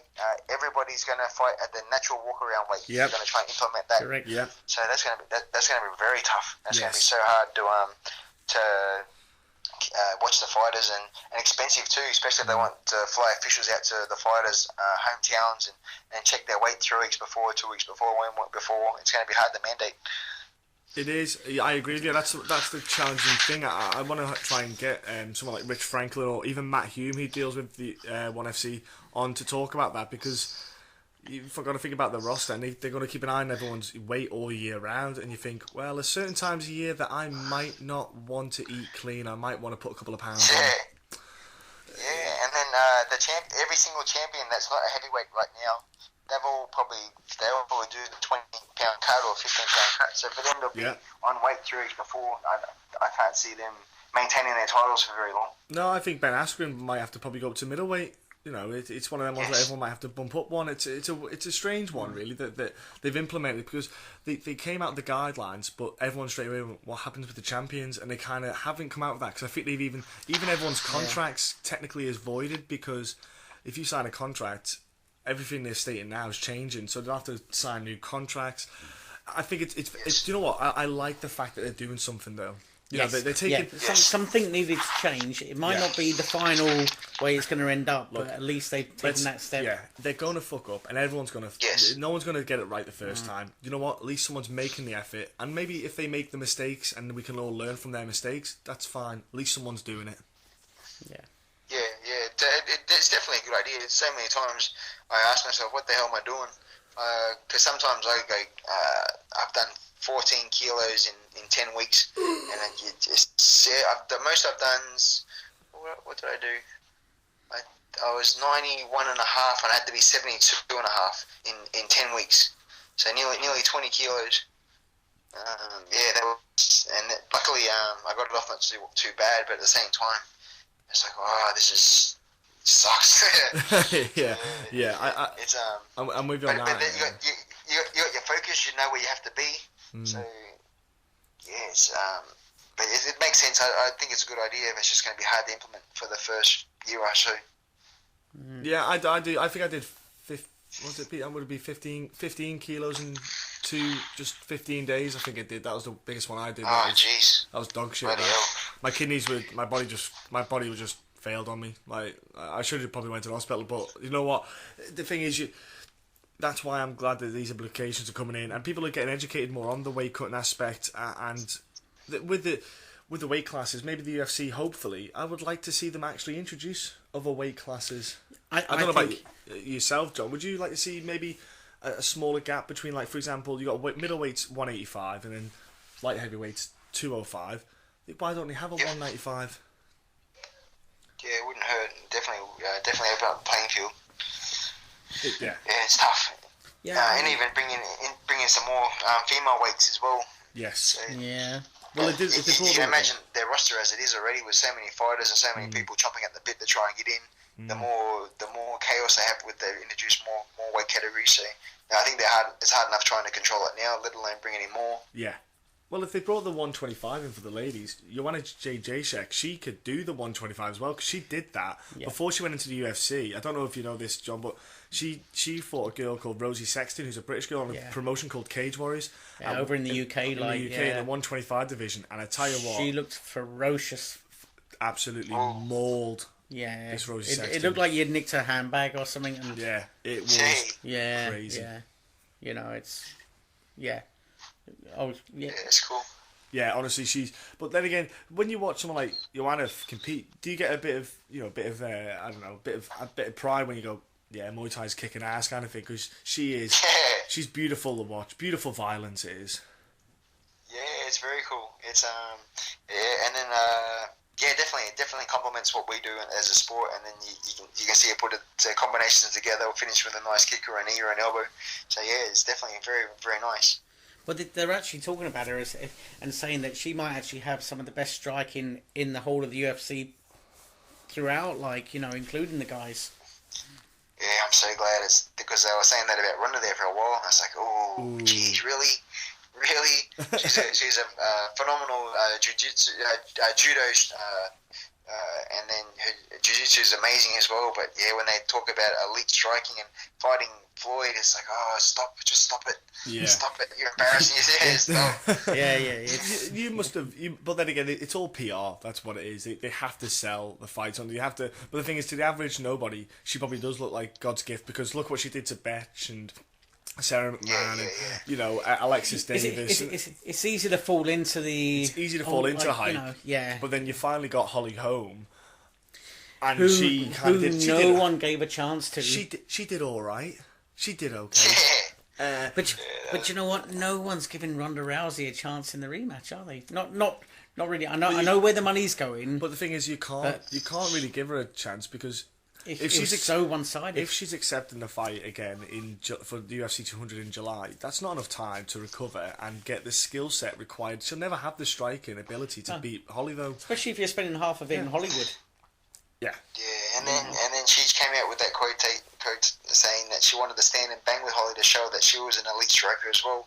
Yeah. So she pretty much dug her own grave before the fight started. Just, you know what? Her ego took over. She believed the hype. She believed that she could stand there. Everyone's saying, "Oh, you could fight Floyd. You'd beat Floyd."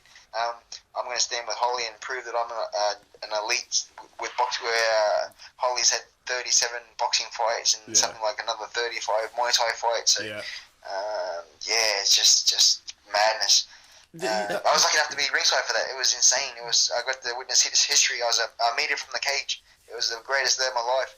Yeah, I believe you had your phone out at the time, didn't you? Yeah, it was nuts. It was pure madness. Just because my daughter was a massive Ronda fan, and we, to tell you the truth, I really didn't think Holly. I thought she was a bit raw. Her first two fights in UFC, she looked a little bit nervous. Whereas this one, she brought her A game and looked fantastic. She didn't look just the perfect game plan. Everything worked. Everything. And a southpaw too to throw another spanner in the works. It was just amazing. Yeah, that southpaw is huge. I tell you what, it wasn't just you that didn't think. No one thought she was going to do it. Like you caught on camera, Joe Rogan's expression just pretty much said it all. I think that was everyone's expression. Pretty much around the world. Like if you'd knocked on anyone that had the UFC on at that point, that's the look they'd have had. It was. Oh dear. I was lucky enough to fly to America for the Zagano fight. Oh, so nice. Got all the way there, got to the stadium, and then the fight lasted 13 seconds or 14 seconds. It's like, and because Zagano's got pretty good Muay Thai as well, I'm thinking, here we go, this one's for the Muay Thai guys, this is going to be awesome. And then the bell rang, and she ran across the ring and jumped straight into Ronda's arms, and then the fight was over before it started. It's like, what the hell just happened there? So... that's one of the fights. That's one of the ones that are the biggest shames. That fight was one of the big shames. I think that could have been a great fight to watch, because she is a warrior, Katzengaro. She can literally brawl. That fight with Tate was unreal. I tell you what, you got bargain. That was actually 14 seconds. I got 13 seconds at the Conor McGregor fight. I went out to Vegas for the Aldo McGregor fight, and oh jeez. Yeah, so you got an extra second than me. so you're actually quids in. You were spoiled. You got spoiled, is what you got. Yeah. It's you got like 8% more or whatever it was, something like that. But do you know that was one of the oh shit moments, was the Conor McGregor knocking Aldo out. But we've been talking since the end. It's come up to the end of the year, pretty much. We're nearly there. Was there any other fights or moments for you that stood out this year that you can remember from the UFC? From the UFC, when did Dillashaw beat the other guy? Barao. He did do it. He did the second time this year. Yes. The second time he did it this year. Yeah, the first fight was last year. The second fight was this year. Yeah, and then it was pretty much a repeat of the first fight. It was just, did it even quicker. He was perfect. Yeah. But you saw Barao. So, and then I thought Dos Santos would have fought better against Overeem. So I think Dos Santos could possibly be done soon. He hasn't looked too flashy his last couple of fights. We said that as well. We said that he looks a bit. It's a couple of wars that the one thing that did it was the Cain Velasquez fight, where he was just too tough for his own good, and stayed in for too long and was just getting mauled. He could have done with being knocked out a bit earlier. Or his corner just thrown in the towel, even though the last thing you want is that. But saving him, saves the guy for maybe saves him another fight or so. Yeah, since the first one was rough and the second one was even worse. Oh yeah. So it was tough. That was hard to watch. And also, having said that, it seems, what with the fact that Overeem obviously tested positive and he's now shrunk in size, literally. Yeah, just not eating horse meat. Yeah, it seems it's made it more technical. Well, he's always been a technician. But he's had to be more technical now, because he was saying, because he trains with Winklejohn, who are just technicians, that they're very masterful guys. He said to them guys that have helped change his style, he used to obviously just be coming forward and just throw like... He's got that patience about him now. Yeah, it comes a bit with maturity, and also it comes with getting smacked in the face a few times. It helps as well. Yeah. And I know I've heard rumours about Overeem's chin too. When he was with Golden Glory, they made sure that he had a really tight guard, because if he was suspect to being KO'd a lot of the times too, if he got crazy. And Golden Glory had him nice and tight, where he was sort of staying a little shell, and looks like Winklejohn's got him back to fighting nice and tight again too, so he's not overexposed. When he fought Bigfoot, that's right, yeah. Over anxious, yeah. Ferocious. And, had his hands down, taunting Bigfoot, and then same with when he fought Travis Brown too. Yeah. In the pre-fight interviews, he was talking about how easily he could knock him out with any single technique that he wanted to knock him out with. Yeah. He could knock him out with whatever he wanted to. And then, just ego took over, and then he got a bit of humble pie. So now I think he's back to his roots. He knows he's not invincible anymore. Yeah. And then, that's the thing. He's a very good Muay Thai, Dutch kickboxing striker. He's very good. I was going to say, with the Travis Brown fight, he was almost right. He was almost right. It was just for that little bit at the end where he lost. Yeah. But he was so squeaky close. All Travis had was the front kick to the face. He threw it half a dozen times, just missing. It was the only technique that he had. So after the first or second front kick, Overeem should have been a bit more aware that it was coming eventually, and he had to be. And he walked straight onto it. It's like, man, surely you would have seen that, like the 12 other times that he threw it. I think he saw the finish line. Yeah, he just probably had the saw the finish line and basically reached for it before he got there, sort of thing. And you can't, in the fight game, you can't do that, can you? You know. And then now Travis Brown has since he had those good runs, he went to Glendale to train with the best coach in the world, Edmund, and he's not had the best success. I think the girlfriend dragged him there. Yeah. Well, she was a mistress at the time, and now it's a girlfriend. Yeah. Because he was still married. Goodness. Yeah, that was pretty nice. Yeah. It's getting into like a soap drama, sort of soap drama kind of scenario. Sacrifices you make. But was there any other fights as well that kind of moments that you enjoyed this year? The Conor versus Chad Mendes fight card. That was probably the greatest fight card I've ever seen. It just got from strength to strength. Every single fight, every fight after got better and better and better. That was probably the fight show of the year. Back when Rory McDonald fought Lawlor, that was mad. That was a crazy fight. Yeah, that was. I tell you what, I feel a little bit daft. I had a choice between going to Anthony Johnson against John Jones, which was what I chose because I thought that Anthony Johnson was going to knock out John Jones. Yes. So and it was Conor McGregor against Aldo, and I thought to myself that fight's not going to happen. I thought to myself that's going to fold. Yeah, so I gambled and went for John Jones against Andy Johnson, and that fight didn't happen. But I'd already committed to that one. And then, obviously, the Conor fight ended up fighting Mendes. But it actually turned out really well. But yeah. And you got the bargain of Robbie Lawlor against Rory as well. Which was... Yeah, that whole card was insane. So when they rescheduled it for the end of the year, I was like, no way am I missing out on this one. I'm not fucking up again. Yeah. and of course, you got the other two cards as well on the Thursday and the Friday. And I tell you what, there was only a couple of bad fights.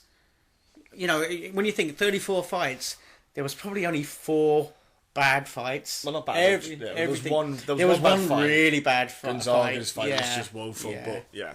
I don't know. But you know, it was amazing week. Before we let you go, John, what we'll do is what would be the fights you'd like to see next year? If you could see some cool fights in the UFC, dude, what fights would you like to see? I'm looking forward to Condit versus Lawlor. That's going to be cool because Condit's got pretty mad Muay Thai skills himself. Yeah. And not long to wait. Yeah, that's next weekend. Yeah. Even less for you because you're a day ahead almost. Yeah. So UFC Don't tell us what happens, will you? Who else would be cool? Probably. Yeah, I want to see Frankie Edgar versus Conor. That'd be cool. Yes. I don't think we're going to see that though. I don't think we're going to see it either. We might see red panties. Yeah, versus I think we might see Dos Conor Anjos. go up and fight Dos Anjos. Yeah. Yeah. I think that's where the But I want to see Nate Diaz and Conor. Oh. Yeah, I know. That's first defense. If they don't do First that, defense. No, if they don't do that fight, do you know what I want to see? I want to see Sage Northcutt versus Nate Diaz because I want to see Sage's face when he's Well, when he starts talking about just swearing, anything, just the profanity that he'll come out with. I just want to see Sage's face go. I don't even know what they mean. I don't know what they mean. Oh dear! Oh, he's so raw, isn't he? That.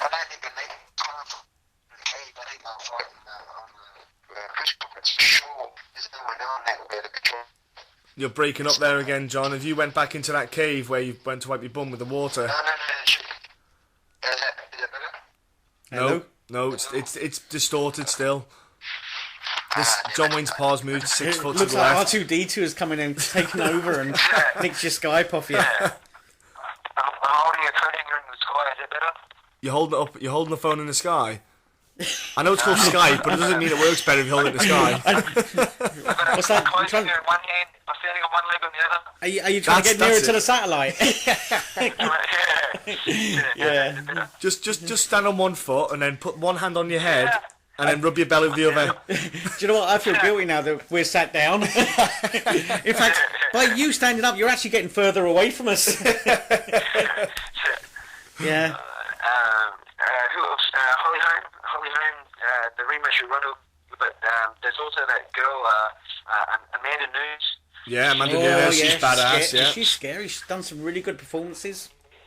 Yeah, she's 9-0 as well, so that'd be another one. And she looks like a beast on the ground and on her feet, so that'd be a very interesting fight. Yeah, it's There's a handful and I of want to fights. see Kat come back. Kat Zingano back as well. With maybe a different game plan against anyone. Yeah. But Yeah, she would be regretting that for the rest of her life. She It's a will. big opportunity, and she friggin' stuffed it. But there's a chance. I wouldn't imagine. Yeah, there's a chance that she might get a stab at Holly now because that because there's a new champ. It's like when Verdun won. More fights. Exactly. Like Misha comes back into the equation. Yeah, I just want to see Misha in her weighing on scales. I got to meet her the other day. And then drop it, and then I drop like 20.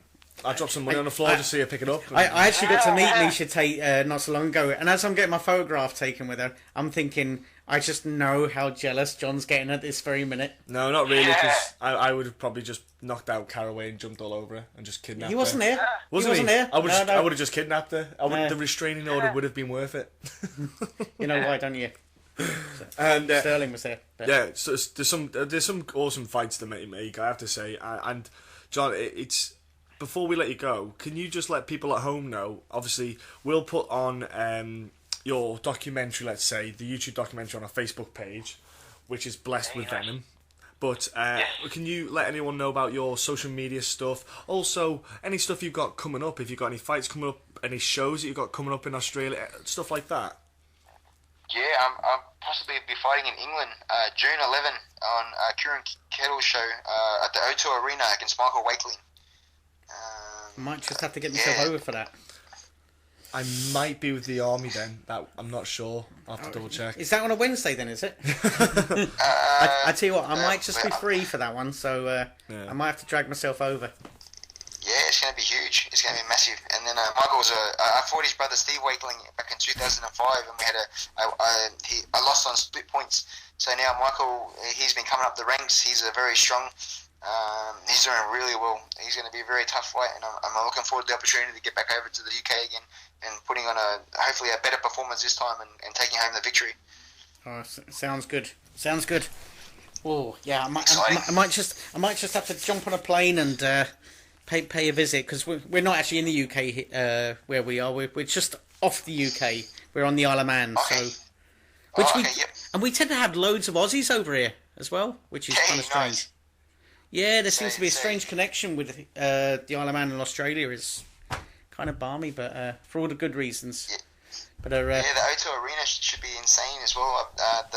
Just fighting there is just what a buzz to fight in something so massive. Oh, I've been to a few fights in the O2, and UFC went to the UFC. Yeah, we would. And I'm off there again in February for the UFC. We got a certain Anderson Silva coming over. Yeah, Silva Bisping fight. That's gonna be cool. Yeah, it's going to be an interesting one. That. And so, what about if people are in Australia and they don't know about your gym yet, and they would maybe like to come across if they're on the other side or whatever? What's the where is it? How do people get there? For sure, I'm on a place called the Gold Coast in Queensland. It's on the beach. It's very touristy. My rates are pretty cheap, and I take all the classes as well. So I'm not one of these gym owners that uses my name to try and draw people. I'm all hands on. I'll welcome you at the door. I'll help hold the pads and help spar. I got a good little family network in my gym, and then between me and my wife and my kids running around, and it's it's a very fun environment. Yeah, that sounds fun until it's day of sparring. Well, when then we want you to take the day off. When he said hands on, I kind of thought, nah, I'm all right, I'm okay. Yeah. I'll just stay in the tourist area. Awesome. And then for social media, Instagram, John Wayne Parr on Instagram, and then I have a athlete page on Facebook as well. It's got this. I try and keep everything pretty light, humid. Some hit and miss with the jokes, but they're also a bit of fun, and you keep up to date with all the fights and fight action and fight videos, and it's cool. It's fun. I like to interact with everyone as well. I answer everyone's messages, and I talk to people, and I like chatting to people from everyone around the world. It's fun. Yeah, ladies and gentlemen, I'll back him up with his humour. It tickles me, and he also has a fantastic Santa outfit that he wore the other day as well. Yeah, you couldn't wear that over here, could you? It'd be a little bit chilly. No, don't worry. We use that as an excuse. We don't mean there's a short beard. It's. But honestly, John, it's been awesome for me and Mike to speak to you, because obviously we found you out via Mr. Joe Rogan on the Joe Rogan podcast, and from the first one that you did, it was kind of like, okay, I'm going to check this shit out, and then I went on and watched it, and that was it. Then when you came back on, it's like, I love listening to you talk, I love talking, the way you interact, you just got that energy about you, about sport. I was going to say, and you seem to really enjoy being on there yourself. Yeah, you like a little kid on it yourself. Just it's so fun to hang out with. And then exactly like you guys, there's no script, there's no nothing. We just you sit down, he says hello, and then the rest is just freestyle and just chatting about whatever pops up. So it's really fun. There's no pressure. I think that's the way the podcast do better, is that if you can just free rein them and just take the chance, it just makes for a more fun experience. It's just boom, just let it loose. Yeah. But John, we're going to let you go, and thank you very much for coming on, buddy. And hopefully, fingers crossed, we'll get to speak to you again sometime. Yeah, beautiful. Hopefully I'll see you. It's June 11, O2 Arena. Yeah, that sounds good. You heard it, UK people. Yeah, get over there and get a ticket. And we hope you all enjoyed this week. We certainly did. We had a great time. And we just want to get you, before you go, jump on your social networking sites and give these people a follow. We have MMA Scotland. We have on Facebook UFC Wreckage. Also, their website and Twitter is MMA Wreckage. We also have MMA UK, and their Twitter handle is We Are MMA UK. On Facebook, we have Fighting and MMA. And on Facebook and Twitter, we have The Real MMA Talk. And then last but not least, on Facebook, Twitter and Instagram, they're funny. They talk about MMA. It's funny MMA. Jump on. They'll give you a giggle. And let's finish off with thank you very much, everyone. We will be back very soon, won't we, Mike? Yep, definitely. Thank you very much, and goodbye.